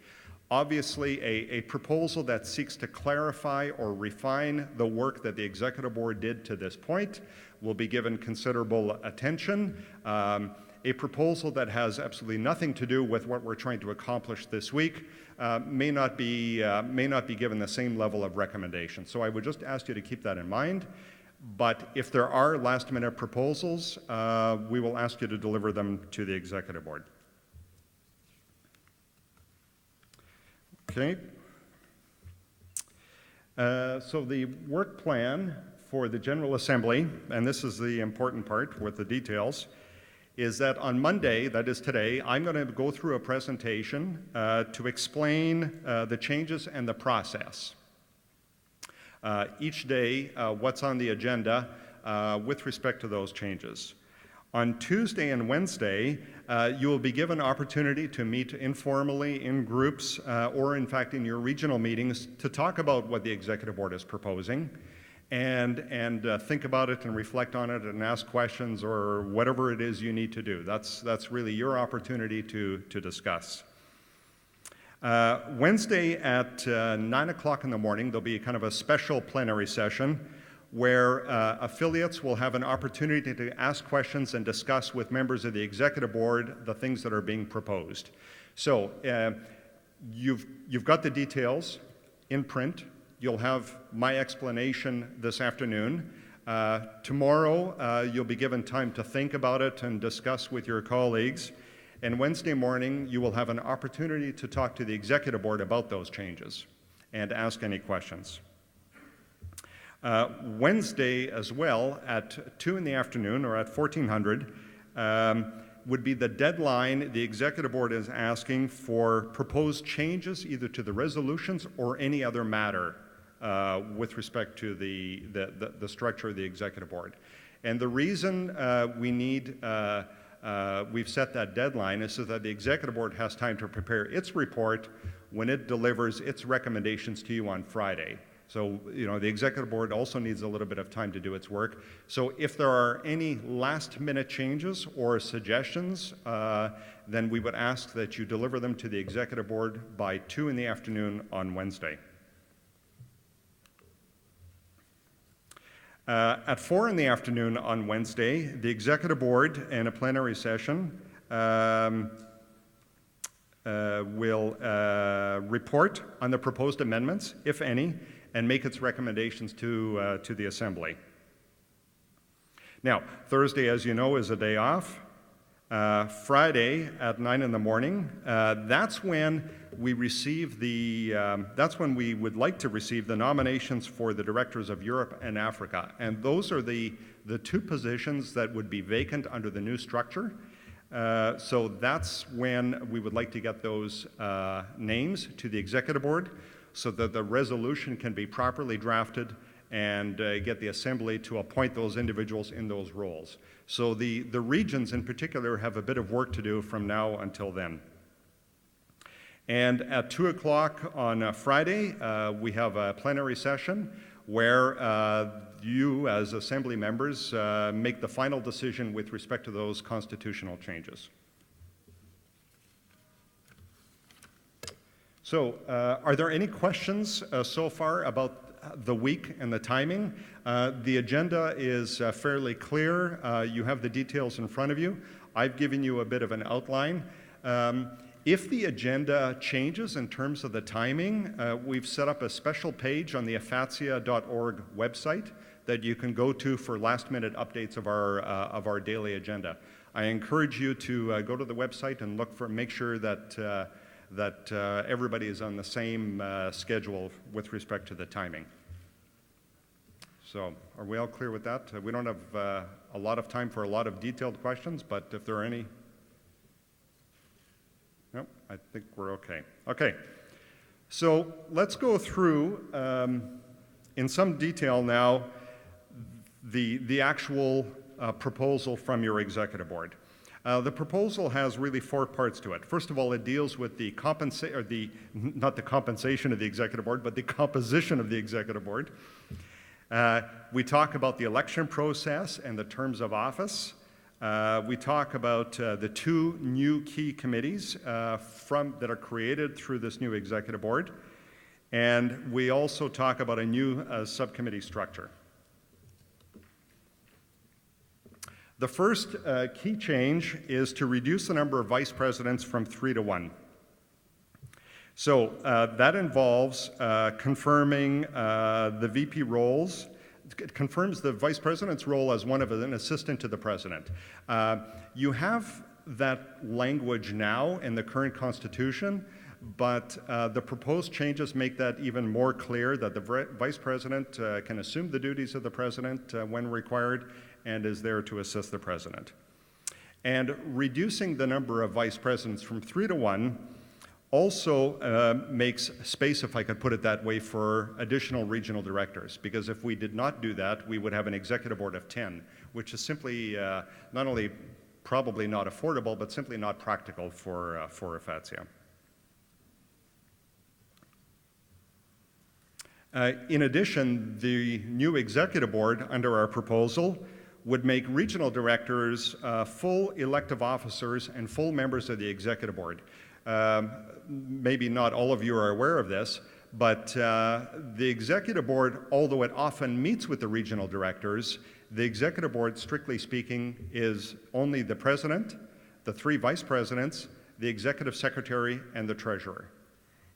So we are expanding the role of the regional directors. Now, what this does is that it gives the regions greater input to the board. Of course, the regions, IFATSIA being a relatively informal and small organization, any affiliate can have its input to the executive board. That's generally not a problem. But making the directors, the regional directors, full members of the executive board gives them more input not only to the executive board, but under our proposed structure, significant input into the overall strategic direction of IFATSIA and where it needs to go next year, 5 years from now, and even 10 years from now.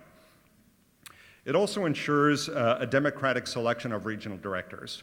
It only makes sense. IFATSIA is a mature organization, and quite frankly, there's no logical reason why the regional directors would not be selected by the individuals from within those regions. It also makes the executive or the regional directors accountable to all of IFATSIA rather than just the executive board. Under the old structure, regional directors are appointed by the board, so they in fact serve the board. But under the new structure, the regional directors not only serve their constituents in the region, but because they are members of the executive board, they serve the entire organization. So that's a change in philosophy that we're proposing. And there it is there. Somebody has to remind me to push this. All right. The other change, which is not significant and strictly speaking not part of the overall governance structure of IFATSIA, is to permit nominations from the floor. Those of you who attended the 2012 General Assembly in India will recall that we received a couple of, or at least one nomination just before or during the start of the Assembly, in addition to others that had arrived possibly a little bit late. It forced me as president to interpret the Constitution, and those of you who were there recall the extensive ruling. And as a practical matter, many organizations allow nominations of executive board members or officers from the floor, and that's one of the changes that we're proposing. There's little added value in restricting the timing of when these nominations must come in. So it makes sense to simply leave it up to the Assembly to decide who they wish to elect, as long as the nomination obviously comes in.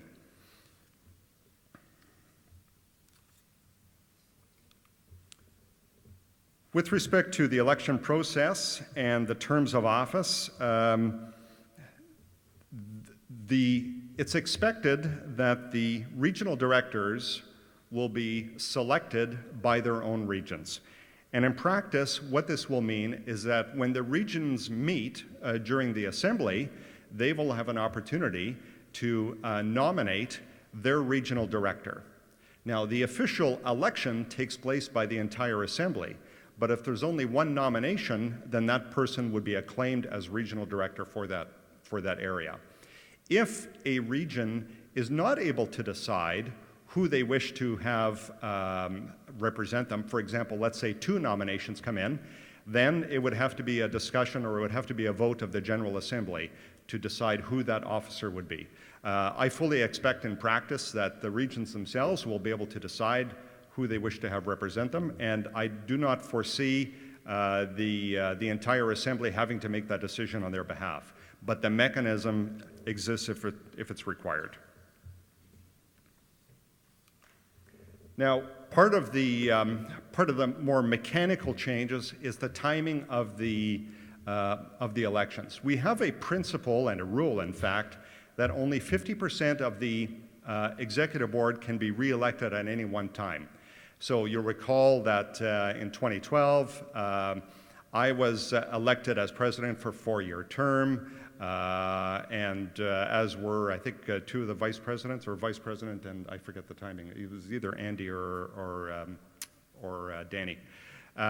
So we want to maintain that principle where only 50% of the board members are elected at any given election.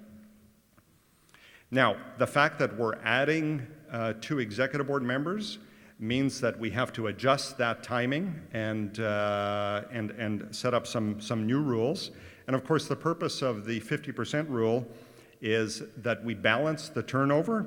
The other thing that we considered that we want to avoid is having a situation where, for example, all the regional directors are up for election the same year, or the president, the treasurer, and the executive secretary are up for election the same year. So we're trying to balance that out. And one of the changes is that although the president was elected for 4 years in 2012, to make it work properly, there will be, under the proposal, the timing of the election of the president will be again in 2014. Now, one of the things that is a bit of a challenge for AFATSIA is figuring out how to do the day-to-day business between assemblies. You know that when you only meet once a year, face-to-face, it's difficult to get work done or some momentum. And until such a time as AFATSIA is prepared to spend the money and hire some paid staff to do some of the legwork or some of the more technical parts of the job or administrative, the fact is that executive board is going to have to continue doing it. So what we've done is we're proposing to split the roles of the executive board members really into 2 parts. You've got an operational part, which deals with the day-to-day management of the organization, which is required, be it emails and correspondence and collection of membership fees or whatever the issue is. But there's also a need for a much stronger strategic focus. The proposal is to split the board through 2 committees and divide those responsibilities. The other thing is that with clearer responsibilities for all of the executive board members, it's expected that individuals themselves will be held more accountable for the work that they produce for you, because that's certainly important in any organization. So, under the proposed structure, the operations committee, if I can call it that, will consist of the president, the treasurer, and the executive secretary. So their main responsibility will be the day-to-day management of AFATSIA. The directors, the regional directors, and the vice president will be responsible for the long-term thinking of AFATSIA and its strategic direction, and maybe the longer-term goals or problems that it may need to address. So that's how the executive board proposes to divide the work amongst itself. Thank you. I have my assistant. Now, what we're also talking about are changes to the subcommittee structure. Currently, as you know, we really have 4 committees officially. We have the professional committee, we have the technical committee, we have an administrative committee, and then I believe it's called Human and Environmental Affairs. It's no secret that the Human and Environmental Affairs Committee are less active than the other two, and it's also not a secret that often the other two meet together, Professional and Technical Committee. So the old framework, if I can call it that, simply is not being applied today. So what we're going to try and do is impose a bit more rigor around those subcommittees, and we're going to do that a number of ways. As I said earlier, it's difficult to have a proper committee meeting that makes decisions, because at the end of the day, committees have to do something, with 50 or 60 people in the room, not knowing who in fact is a committee member, who is simply there to observe, and who is in charge. So the Executive Board is proposing that real committee members be restricted to affiliates. Now, that's not to say that an individual, only one individual may participate in any committee, but it does mean that, for example, corporate sponsors and things like that would not be allowed membership on a committee, because the subcommittees belong to the affiliates, and it's countries that are affiliated. The purpose of subcommittees is, the subcommittees are responsible for contributing to IFATSIA's policy and direction. The best way, I think, to describe the work of a committee is to investigate, report, and recommend. And if that's all a committee does, that's okay, because that's quite a bit in itself.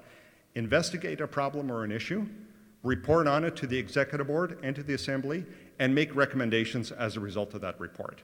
Because committee work is not very valuable if no decisions come from it or nothing is advanced. So we did not propose a specific cap on the number of members of a committee.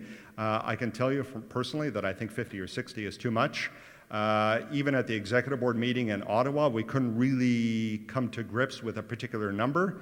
Ideally, the Executive Board does feel that 10 is probably optimum, but if the committee feels it can get the work done with 12 or 11 or 13 or 9, then that's really up to the committee to decide. It's not the kind of thing that I see the Executive Board getting very involved in. So one of the key changes is that subcommittees will elect their own chairs and secretary. As you know, the chairing of the committee meetings primarily falls to the vice presidents, the way we run our business today.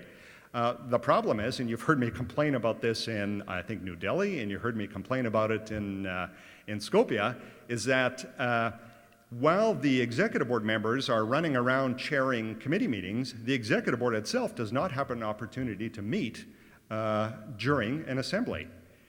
Now, in theory, the Executive Board is only really required to meet twice a year, once in the spring and at the Assembly.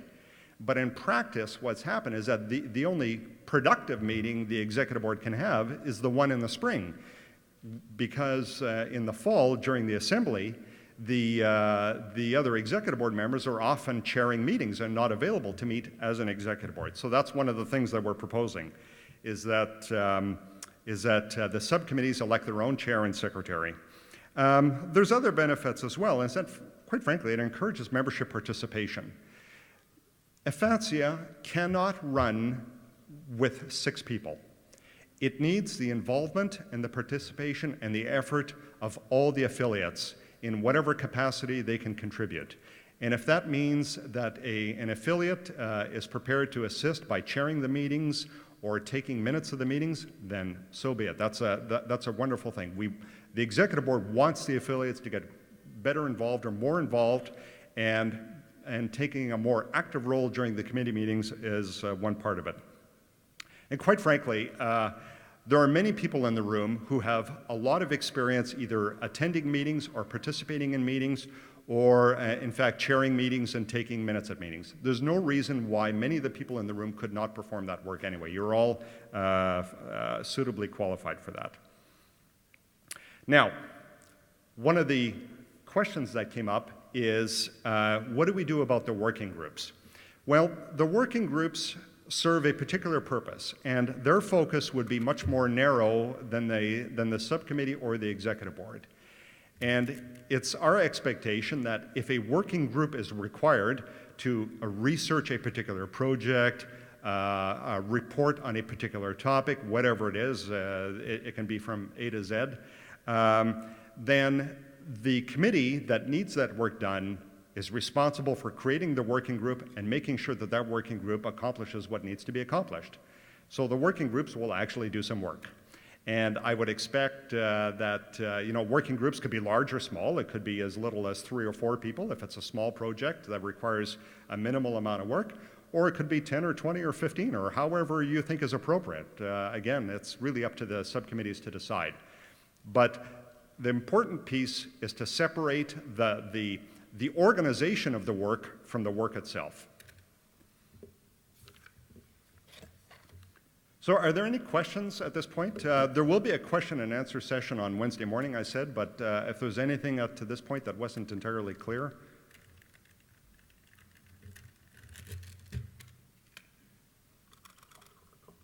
Okay. So there are, in fact, 3 separate resolutions that are required in order to make all these changes happen. The first resolution, which is in your package, is in fact a resolution to approve the changes that are recommended by the Executive Board. Your package also contains the entire Constitution with the word-for-word red line strikeout changes that are being proposed. So you can see everything that's being recommended. The second step of the process is to appoint the existing officers to the new Executive Board. A new Executive Board requires officers, and the second resolution recommends that the existing officers who are currently in their role, duly elected or appointed in accordance with the current Constitution, be transferred to the new board in the most appropriate role. And as I said earlier, the last step is to fill the 2 other vacancies as a result of the changes. So we've covered that. Just a couple of points with respect to resolution number 1. As I said, it recommends the proposed changes to the Constitution, but it also sets the terms of office. And that's where I talked earlier about those terms of office. There should be a little table included in the resolution that details that. It's proposed that the effective date of our new Constitution would be September 7th. In other words, the day after the Assembly closes. So if resolution number 1 passes, then we move to resolution number 2. Resolution number 2, as I said, creates a temporary board with the existing officers for purposes of continuity. We made some judgments or some decisions about who would be best to fill in what role given their current position, and that's also proposed in detail in your package. And then, of course, if resolution 2 passes, then we put resolution 3 to the members. And resolution 3, and just as an aside, it's not properly written in your package because if you read it carefully, you will find it impossible to do. Resolution number 3 says, which would be presented to you on Friday, that you must give us a name by Wednesday for the additional regional directors. Well, that's simply not possible. So the last resolution will be redrafted once we receive the recommendations, the nominations from both the European delegation and the African delegation about their representatives. Now, if either of those 2 regions are not able to reach a consensus on a single nomination for each region, then it will simply be put to a vote of the Assembly. We cannot leave those positions vacant. There is real work to be done, and we need those positions filled. And if no nominations are put forward, then the Executive Board may have to intervene, appoint somebody after the fact, like it does now when there are vacancies. So I'm hoping it won't go that way. I'm hoping that everything will go smoothly, and we will have a single nomination from each, from Europe and Africa. But if it doesn't, then there are other steps that can be taken. So looking forward, there are many, this is really just the first step to kind of renewing and modernizing IFATSIA and the way it does its business. One of the things that need to be created, which is actually partly in place now, is a real operations or procedures manual, both for the Executive Board, the committees, and the subcommittees. When somebody wants to volunteer for a position or a role, the first question they ask is, what do I need to do and how do I do it? Ideally, we should be able to give any prospective volunteer a little booklet or information that describes, here's how the committees work, here is their mandate, here is your role, here are your roles and responsibilities on the committee, and at least they would have basic information to get started, a kind of a structure in place so that, the initial decisions have already been made on your behalf. The subcommittees will need to be either renewed or recreated as the case may be. Now that means that if you want to continue with a professional committee, you will have to find 10 to 12 delegates amongst yourselves to actually be members of that professional committee, and then begin work preparing a report not only for the next assembly, but deciding on the kinds of projects you would like to work on.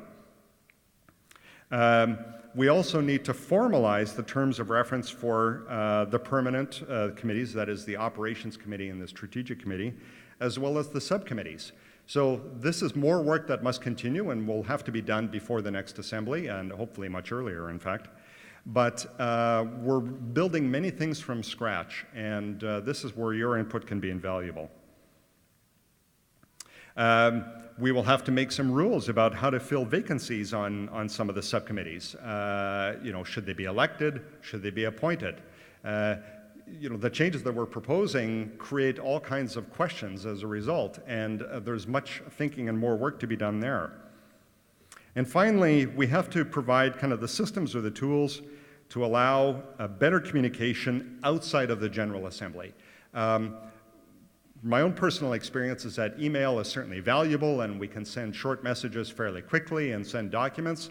But as soon as you try to get more than 2 or 3 people to collaborate using email, it breaks down very quickly. And those of you who are caught in what I call email jail will realize that you'll often get a document, you're not sure which version you're dealing with, and so on.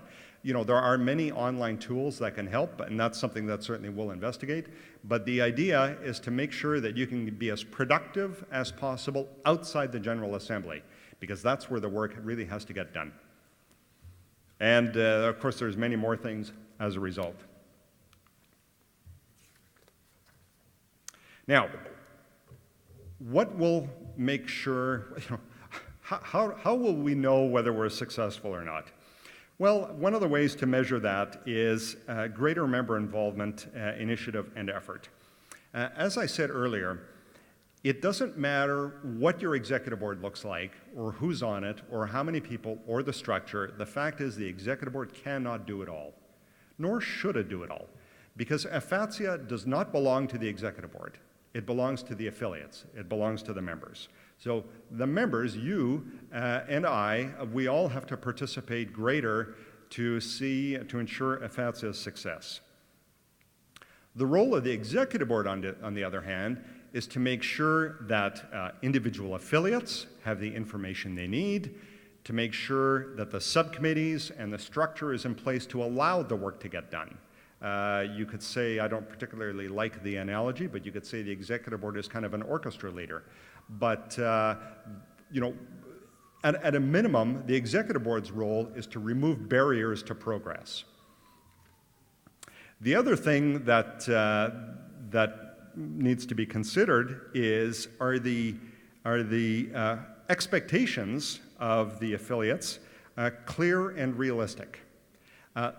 Sadly, EFATSIA cannot be everything to everyone, because if we are everything to everyone, then we are nothing. We need a focus, we need a particular direction, we need to make conscious decisions about the kinds of problems we want to solve and those we simply cannot solve. Not everything is within our control. And finally, and Andy will report on this later in more detail, but the finances are not an immediate concern, as you'll see. However, you know, greater demands on EFATSIA necessarily mean greater cost, and our source of income is one source, and that's you. So that's something that needs to be considered going forward.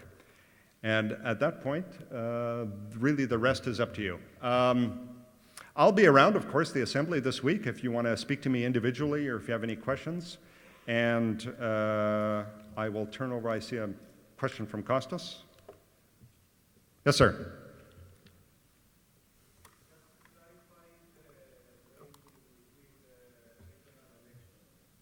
Yes. The region cannot come with a single name. Yes. We hold an election in the General Assembly. Yes. This means that we don't going to decide in each region who is going to be our director. No, not at all. It's quite the opposite. The regions have the authority to decide, but if they cannot decide, then the Assembly decides on their behalf.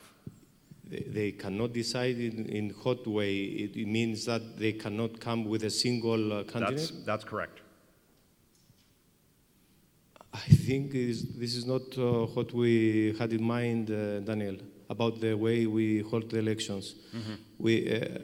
We thought that each region is responsible for electing their director. I mean... But that's exactly what I'm saying. I think we're on the same page. Let's Sure. rephrase it. Let's say we have two candidates coming for the regional post. Okay. Why not holding an election inside our region to decide? This is Yes. what, Yes. Huh? Yes. This is the way? That's the way. Okay. Because I thought that in case we have two candidates, we come to the General Assembly to decide. No. Okay. Well, Please. actually, to be clear, it's both.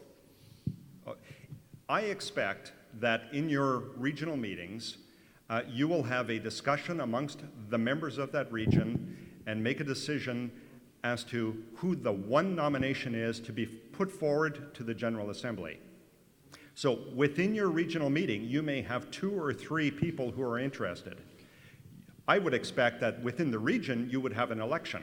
Okay, that's Okay? it. Yes. And or whatever process you're comfortable with, and then the result of that election would be put to the Assembly for adoption. Okay, that's I- fine with me. Yeah, yes. I think we're saying the same thing. Thank you. Okay. Yes, question over there?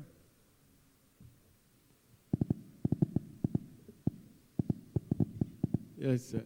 Is there any limit to the appointment or election of an officer to an executive position? Is there a limit in terms Limit to the regularity of appointment or election? of limit in terms of the deadline for us to receive it? Not the deadline to go there 2 times, 3 times, or Oh, well, there is a 4-year term for the entire executive board. Okay, that's after that. Can you repeat it? well, after that, the Constitution, as it's written today, allows the same elected officer to be re-elected every 4 years. So there are no term limits. It's not 1 term or 2 terms. And the length of the term is fixed at 4 years. I don't know if that answers your question.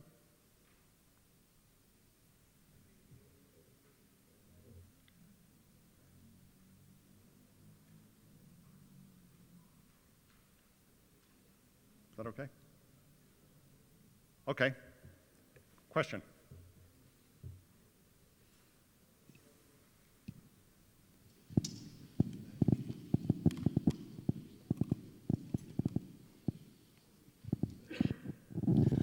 We have a question regarding 2 new proposed committees.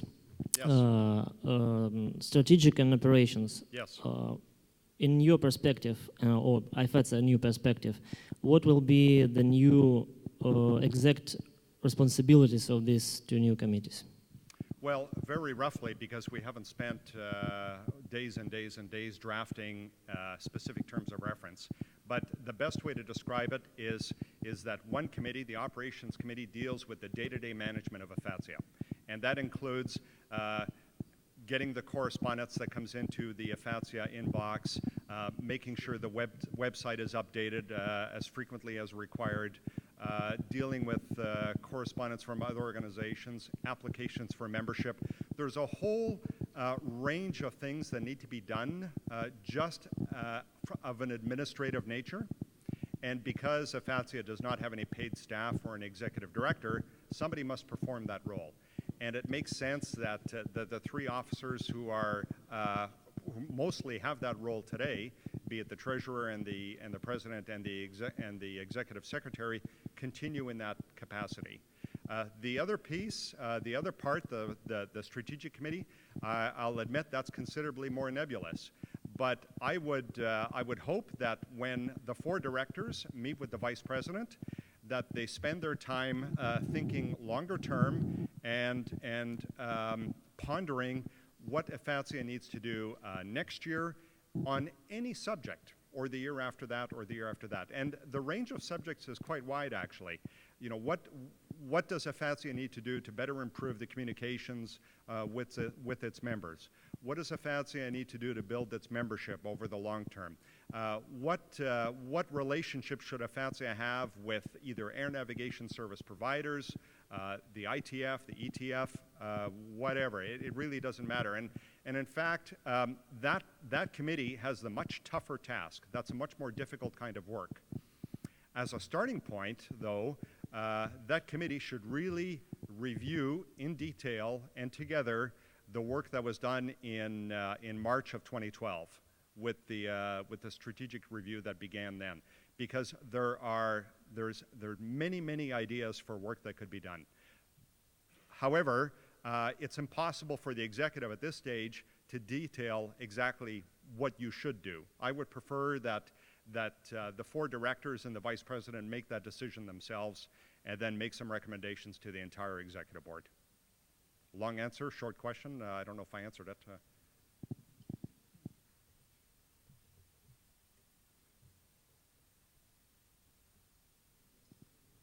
Thank you. As a follow-up to the earlier question,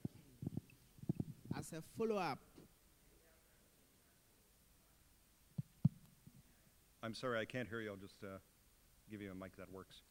As a follow-up to the earlier question that was put by Engineer Zikunfu, I want to know whether there are limits in terms of the number of terms that an office holder can have. No. Okay, thank you.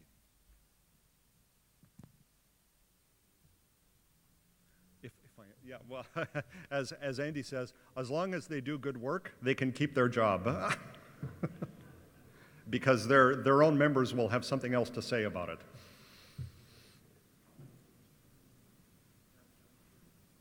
Any more questions? Okay, as I said, I'll be around, of course, the whole week and available today and tomorrow during the day if you want to grab me by the shoulder and ask me some questions or need to speak to me about anything. At this point, I'm going to turn it over to Andy, who will deal with the financial implications of the Executive Board's proposal.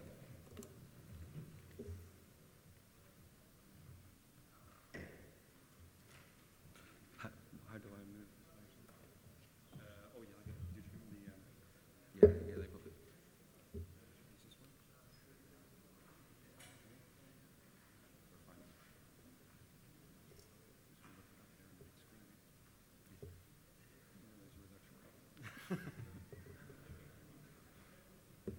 Which is the move on button? This one here on the right.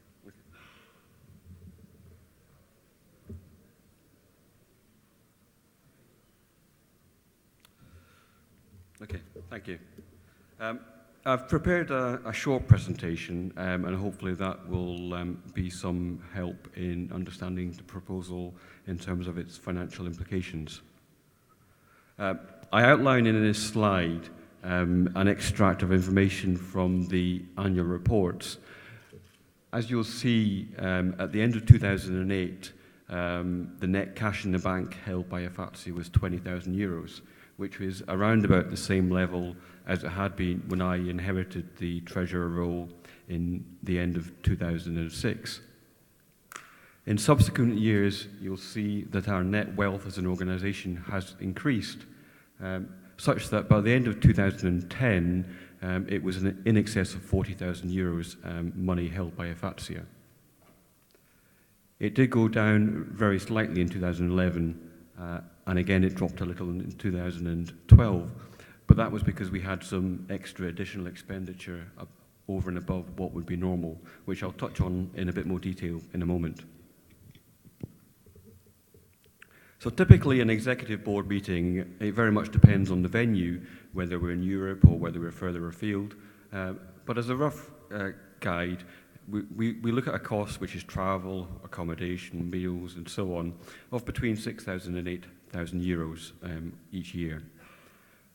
For the General Assembly, which is a whole week long and therefore more expensive, we're looking at a cost of between 12,000 and 14,000 euros each year. You'll find that those are the sort of figures that have appeared in my annual reports.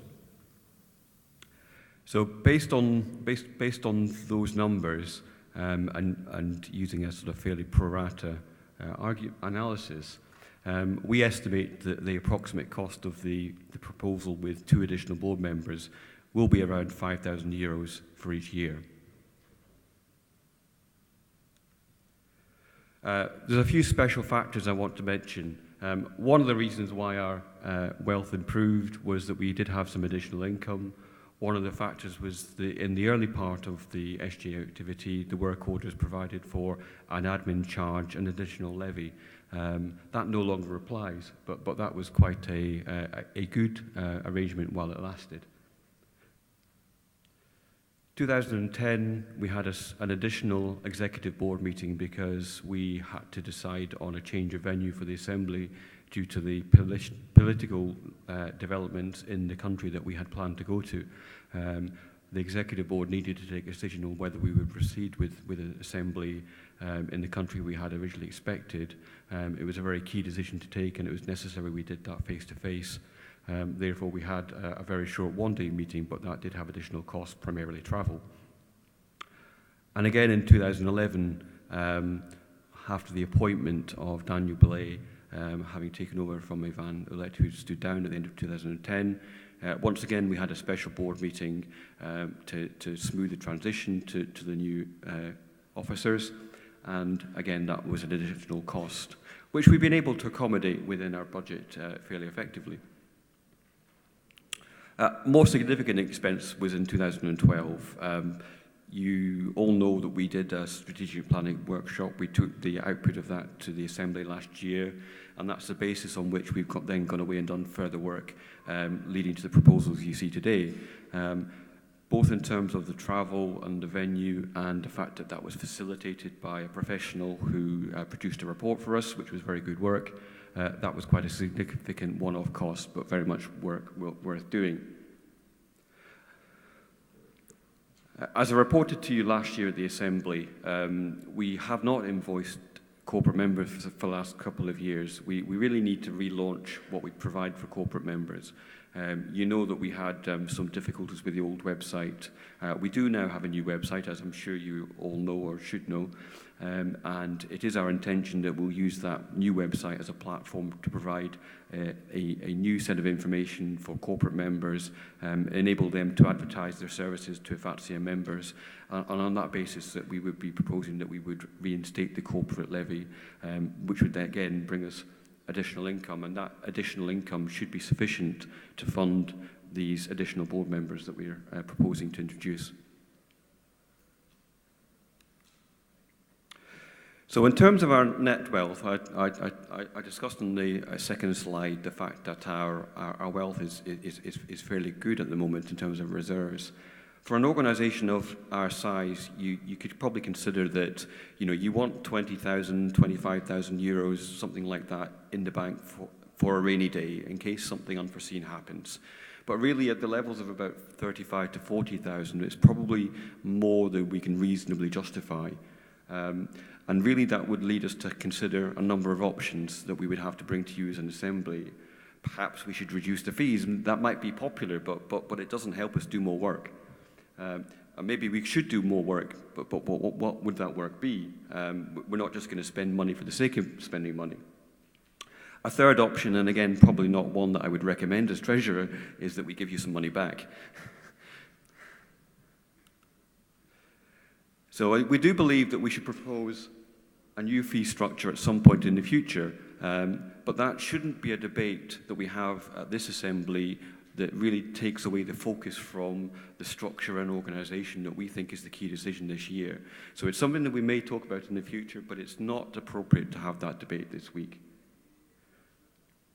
But, you know, a review of our fee structure, we see that as normal business. From time to time, the sort of thing we should do as an organisation is review the way we collect our funds, the balance between what large affiliates pay, what small affiliates pay. There is no proposal in our head today that we say we definitely have to change, but of course, we might do that at some point in the future. So, based on the output of our strategic planning workshop, and as Daniel has talked about at length, you know, we did conclude last year that we needed a new structure for our board and our governance.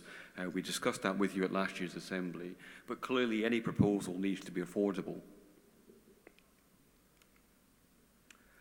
So it is our conclusion, having done a certain amount of work on this, that the change from having a single president and 3 vice presidents, executive secretary and treasurer, which is a board of 6, to a president and a single vice president, an executive secretary and a treasurer, supported by the 4 regional board members, is both an appropriate structure, a sensible progression from what we have today, and based on the information I've given you, I hope that you will agree with me that that is something that I do generally believe is affordable to the organisation today. The current level of reserves would allow us to have some years where we spent more than we collected income. I'm not recommending we do that, but certainly that would sustain the additional post for a period of time. Of course, as Treasurer, I'm very keen that we monitor and make sure that we spend our money wisely and spend as little as possible.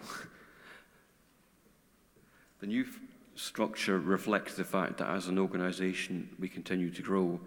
More affiliates does create more work, but at the same time, more affiliates gives us additional income. So given everything that I've outlined, I hope you will agree with me that this proposal is both proportional and affordable given our anticipated income going forward. That's the end of my presentation. Thank you.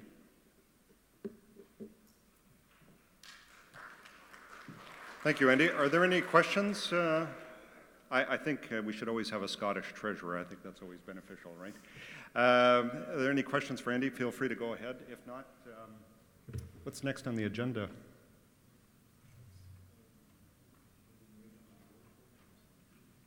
Okay. Well, let's just confirm there are no questions for Andy. Of course, Andy will be here as well for the week. Okay. I'll turn it over to you, Danny.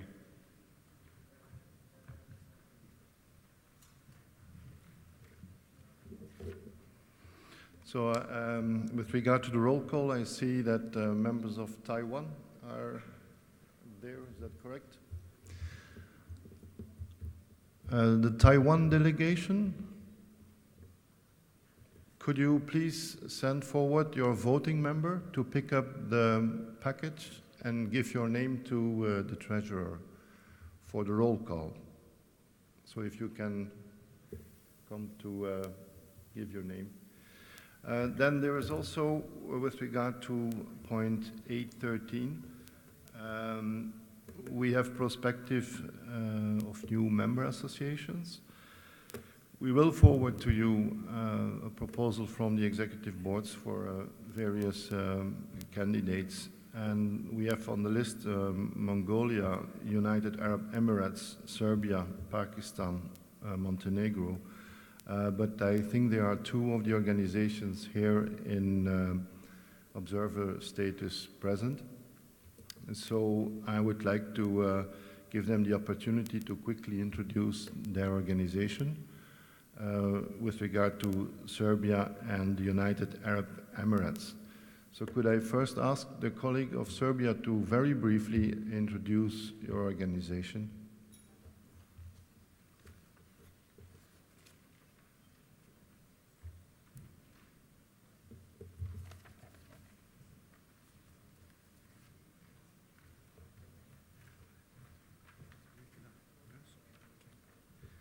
Hello, good day. Mr. President, members of Executive Board, ladies and gentlemen, dear colleagues.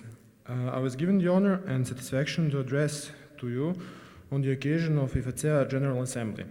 which is for our organization one of the most important days from the establishment, that is gaining full membership in the organization of IFATSEA. Serbia Air Traffic Safety Electronic Personnel Association, or SRBCEPA, is officially established in June 2013. SRBCEPA has 60 members and gathers only members employed in Serbia and Montenegro Air Traffic Services Agency, LLC, but exclusively from Serbia. At the national level, one of the goals will be to restore licenses for ACEP staff, because currently we have a certificate of competence. Our association has hopefully become a member of the family of relevant international aviation associations, reaffirms our commitment to the principles of ACEP professionals, as well as the principles that IFATSEA has as an association. We are open for cooperation with colleagues from around the world, of course. At the same time, we will not hesitate to seek advice from more experienced colleagues in other national associations. Upon, again, hopeful receipt of our organization as a full member of IFATSEA, we will take part in the active work of all bodies of the association, so we hope that we will fulfill our proclaimed goals together. That's it. Thank you.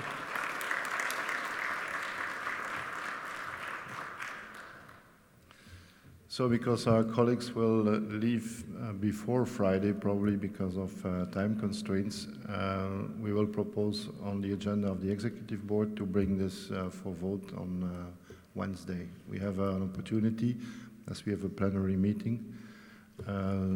With regard to the other candidates, we still have them on the agenda, but could I invite a delegate from the United Arab Emirates to shortly introduce your organization?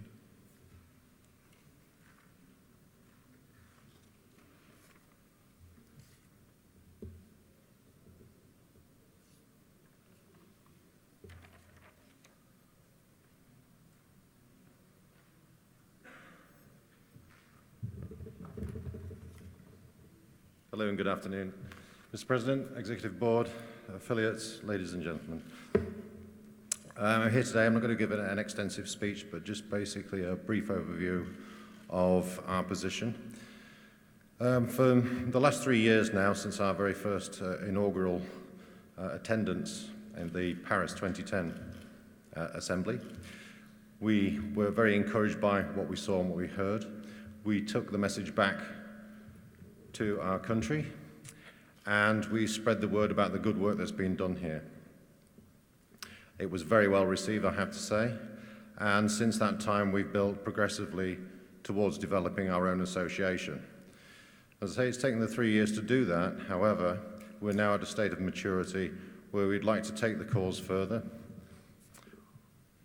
As you may or may not be aware, that within our region there's an exponential growth in aviation, and so therefore there's a necessity to raise the standard of ATSEPs within the region. We are already doing a lot of good work on the international scene, part of various work groups and task forces, and we'd like to do that in a more official capacity and champion the cause for IFATSEA. We therefore commend what we're doing to you as a General Assembly and hope that you will support us and that we can take your message further forward. Thank you very much indeed.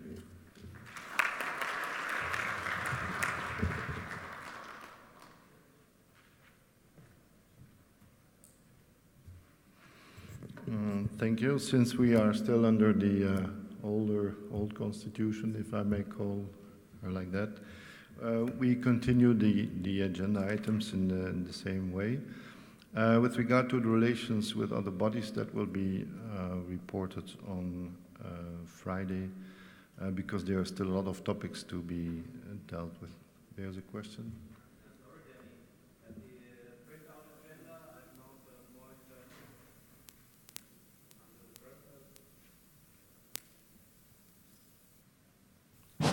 Under the Treasurer's report, there is another point, appointment of 2 auditors. And the Treasurer's report is finished, but we hadn't the appointment of the 2 auditors. No, that's not fully correct. The only report that Andy gave was the financial impact related to 613 in the Constitution changes. And the Treasurer's report has still to be accomplished in the sense that we do that every year. That will be reported on Friday. The board took note of the question to appoint two auditors, and that is surely the case. So. Okay, sorry, I didn't get that. I apologize for the interruption. No problem. We still are under the old structure, but we encourage every one of you to take part in leading, whether it's a working group or a committee. If you feel fit and motivated, we will surely encourage to have you involved in taking over the lead. For this assembly, we will ask, as usual, the vice presidents to give us an idea about the topics that are included in their committee. But as you saw on the agenda, there are some really interesting subjects that require names of those who will bring them into the future. If I give an example, the ADCEP training subject, and Nuria will surely take the lead in this, whether it's under a working group form or other forms. There is also, I see Michelle, who said, okay, I'm not going to give a speech, but I need input. I need colleagues working in the scope of NGAP. There is some topics that are really worthwhile going in, deeper in, and the president indicated that he wants to have his executive board more available. So we will have also our extra work to be done. So with regard to the 1013, the executive board meetings agenda is mainly, well, in this year, surely the constitutional change, but also all the other topics you see and the administration that goes with it.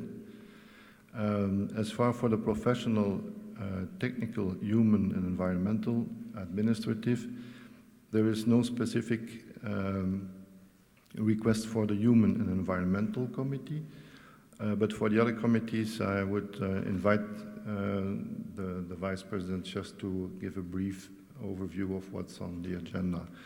If I may call first for the professional committee, Subit, if you give us an idea.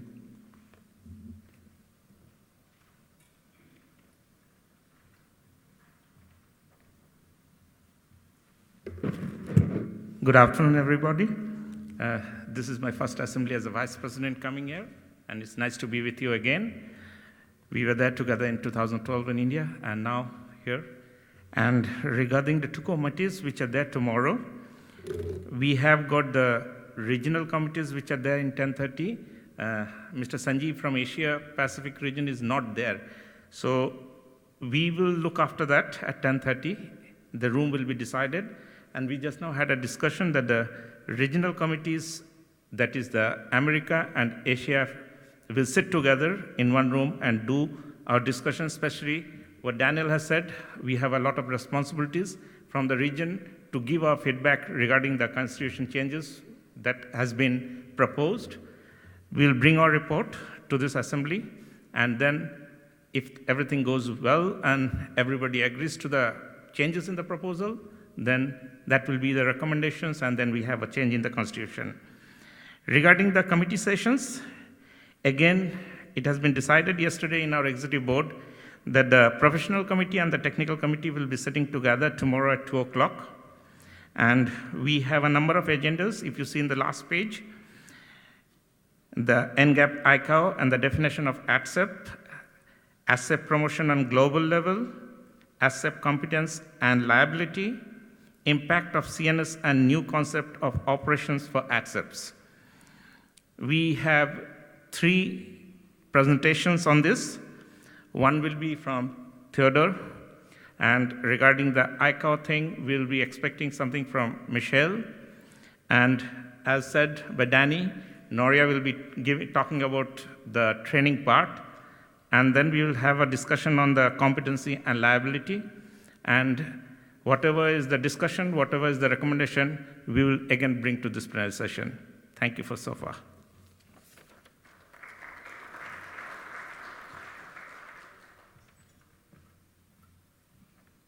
Thank you, Subit. As mentioned before, we will update whenever there is a topic changing on the website. So this will be easier this year to get the latest information. Can I ask Chuck to give us a brief on the technical committee's intentions this week?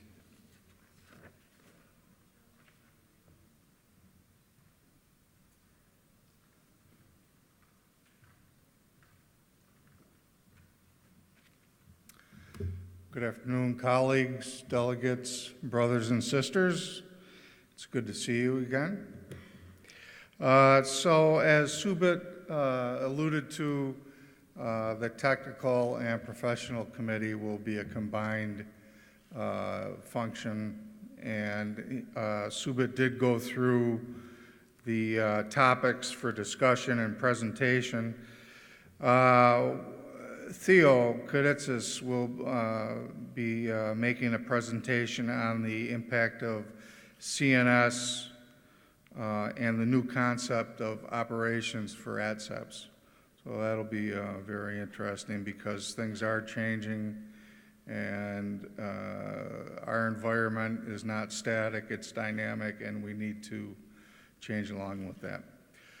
So again, it's a pleasure to be here, and we look forward to working with you all week. Thank you.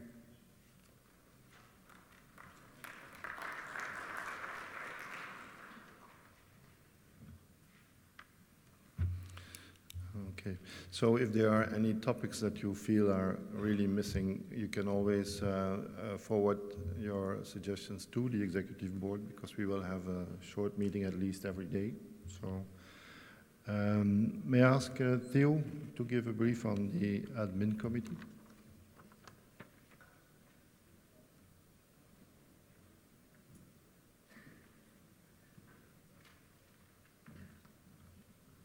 Good afternoon, everybody.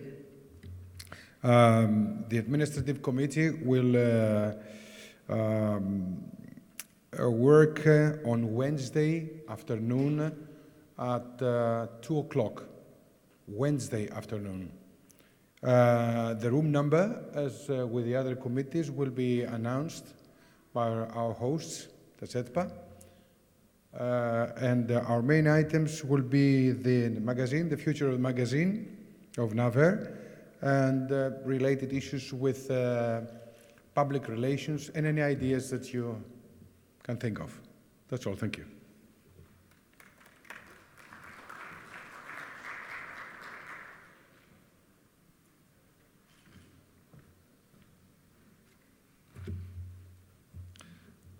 See the president looking at his watch.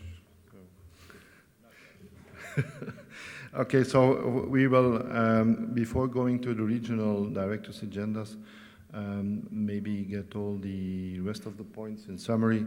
So the next assemblies and executive boards, we had for the General Assembly an invitation of Italy. That will also be presented at the end of the week. There will be half an hour or more if required. We will see your colleagues. They have included a presentation for the assembly.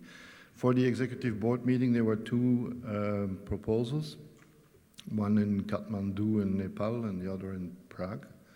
So I think for this year, the formal application for hosting was first coming from Prague. So the numbers 12, 13, 14, 15, 16 are dealt with. So may I first ask for the regional directors' agendas for Africa. Felicia, could you give us a short overview?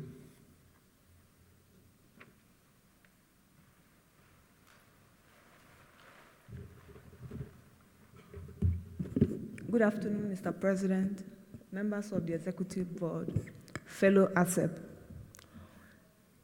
Our agenda for the African Region meeting tomorrow by 10:30 a.m.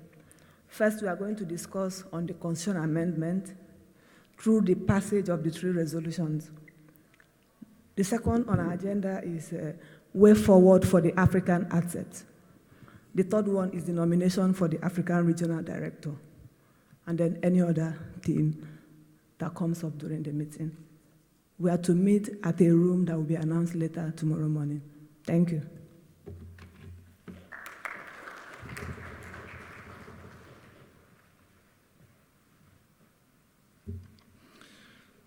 Then for the Asia South Pacific, I did not get news from Sanjeev whether he would still arrive today or not. But I would ask Carlos if you could combine the agendas for Americas and Asia South Pacific.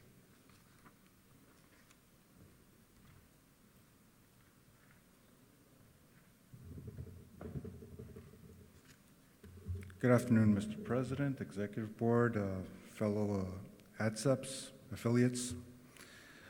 For the Asia Pacific and Combined Americas meeting, I wanted to go into a couple of safety initiatives that are going on in the States, self-reporting programs, one what's called TSAP, Technical Safety Action Program, and another one, Unsatisfactory Condition Reports. These are self-reporting efforts that are being undertaken so that in these times of budget constraints that we all are facing, safety always should be #1 priority. So I'll go into that and follow up on last year's presentation on fatigue. A couple of some information regarding that, how we're proceeding with fatigue issues. And lastly, I just wanted to touch base on a cybersecurity initiative that we have now for our internal systems and how that's getting underway. Thank you.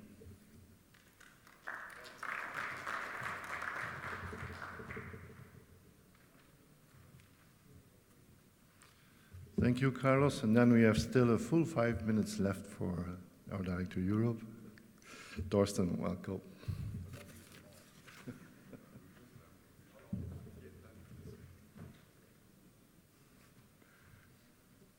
Good afternoon, ladies and gentlemen, dear colleagues. Yeah, agenda for Region Europe.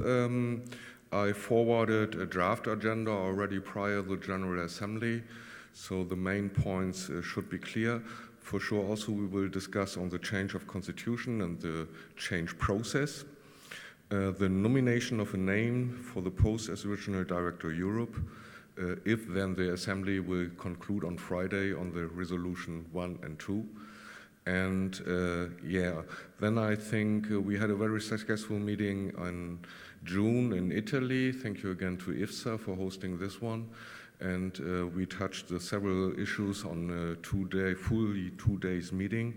And tomorrow, 10:30, we will meet in this room, 10:30, the Region Europe. We will concentrate on the update of the EASA NPA process 2013-08, where one very important part is the ATSEP implementation rules for common training and competence scheme for Europe. The performance scheme, European Commission is in consultation for the target findings for reference period 2, 2015-2019, which is a big issue for at least every ANSP in Europe. We are surely losing money because the charge will be fined by a traffic forecast, which is given by Eurocontrol, the organization STATFOR inside Eurocontrol, and even they do not meet these targets because we are really losing traffic day by day in Europe, and so ANSP is losing money. We are in a really crucial financial situation, and for sure all employees get this message from the managements of the ANSPs. We do not have money. Then another big thing is centralized services, an initiative by Eurocontrol, also guided by the European Commission. And here for is for me tomorrow also one big block. I already asked you, maybe if you have time tonight, during the night, check the homepage. A lot of material is offered, and therefore on Friday, Frank Brenner, who's now the Director General of Eurocontrol, will be here with us. And then I hope Eurogroup, tomorrow we find some questions, some good questions on strategy of this centralized service. And then for sure AOB, all other business, and then SESA joint undertaking. I'm sure Carlos like to report something to the Eurogroup. So I wish you a successful week and see you. Thank you.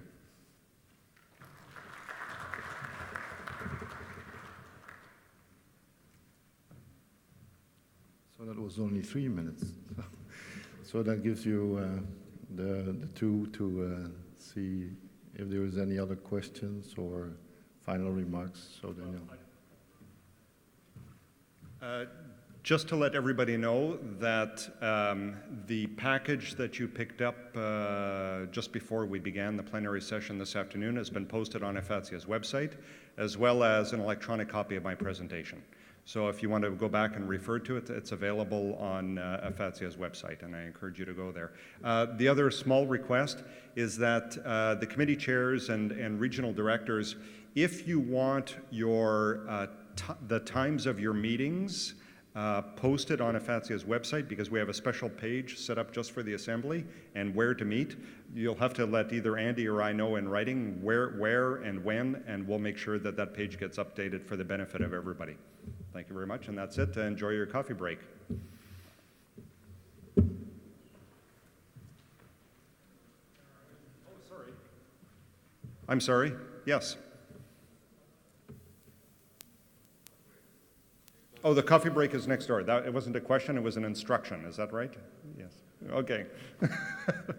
Thank you, Aaron. So the coffee is next door. Again, please remember to visit our sponsors, very generous sponsors that make this assembly possible.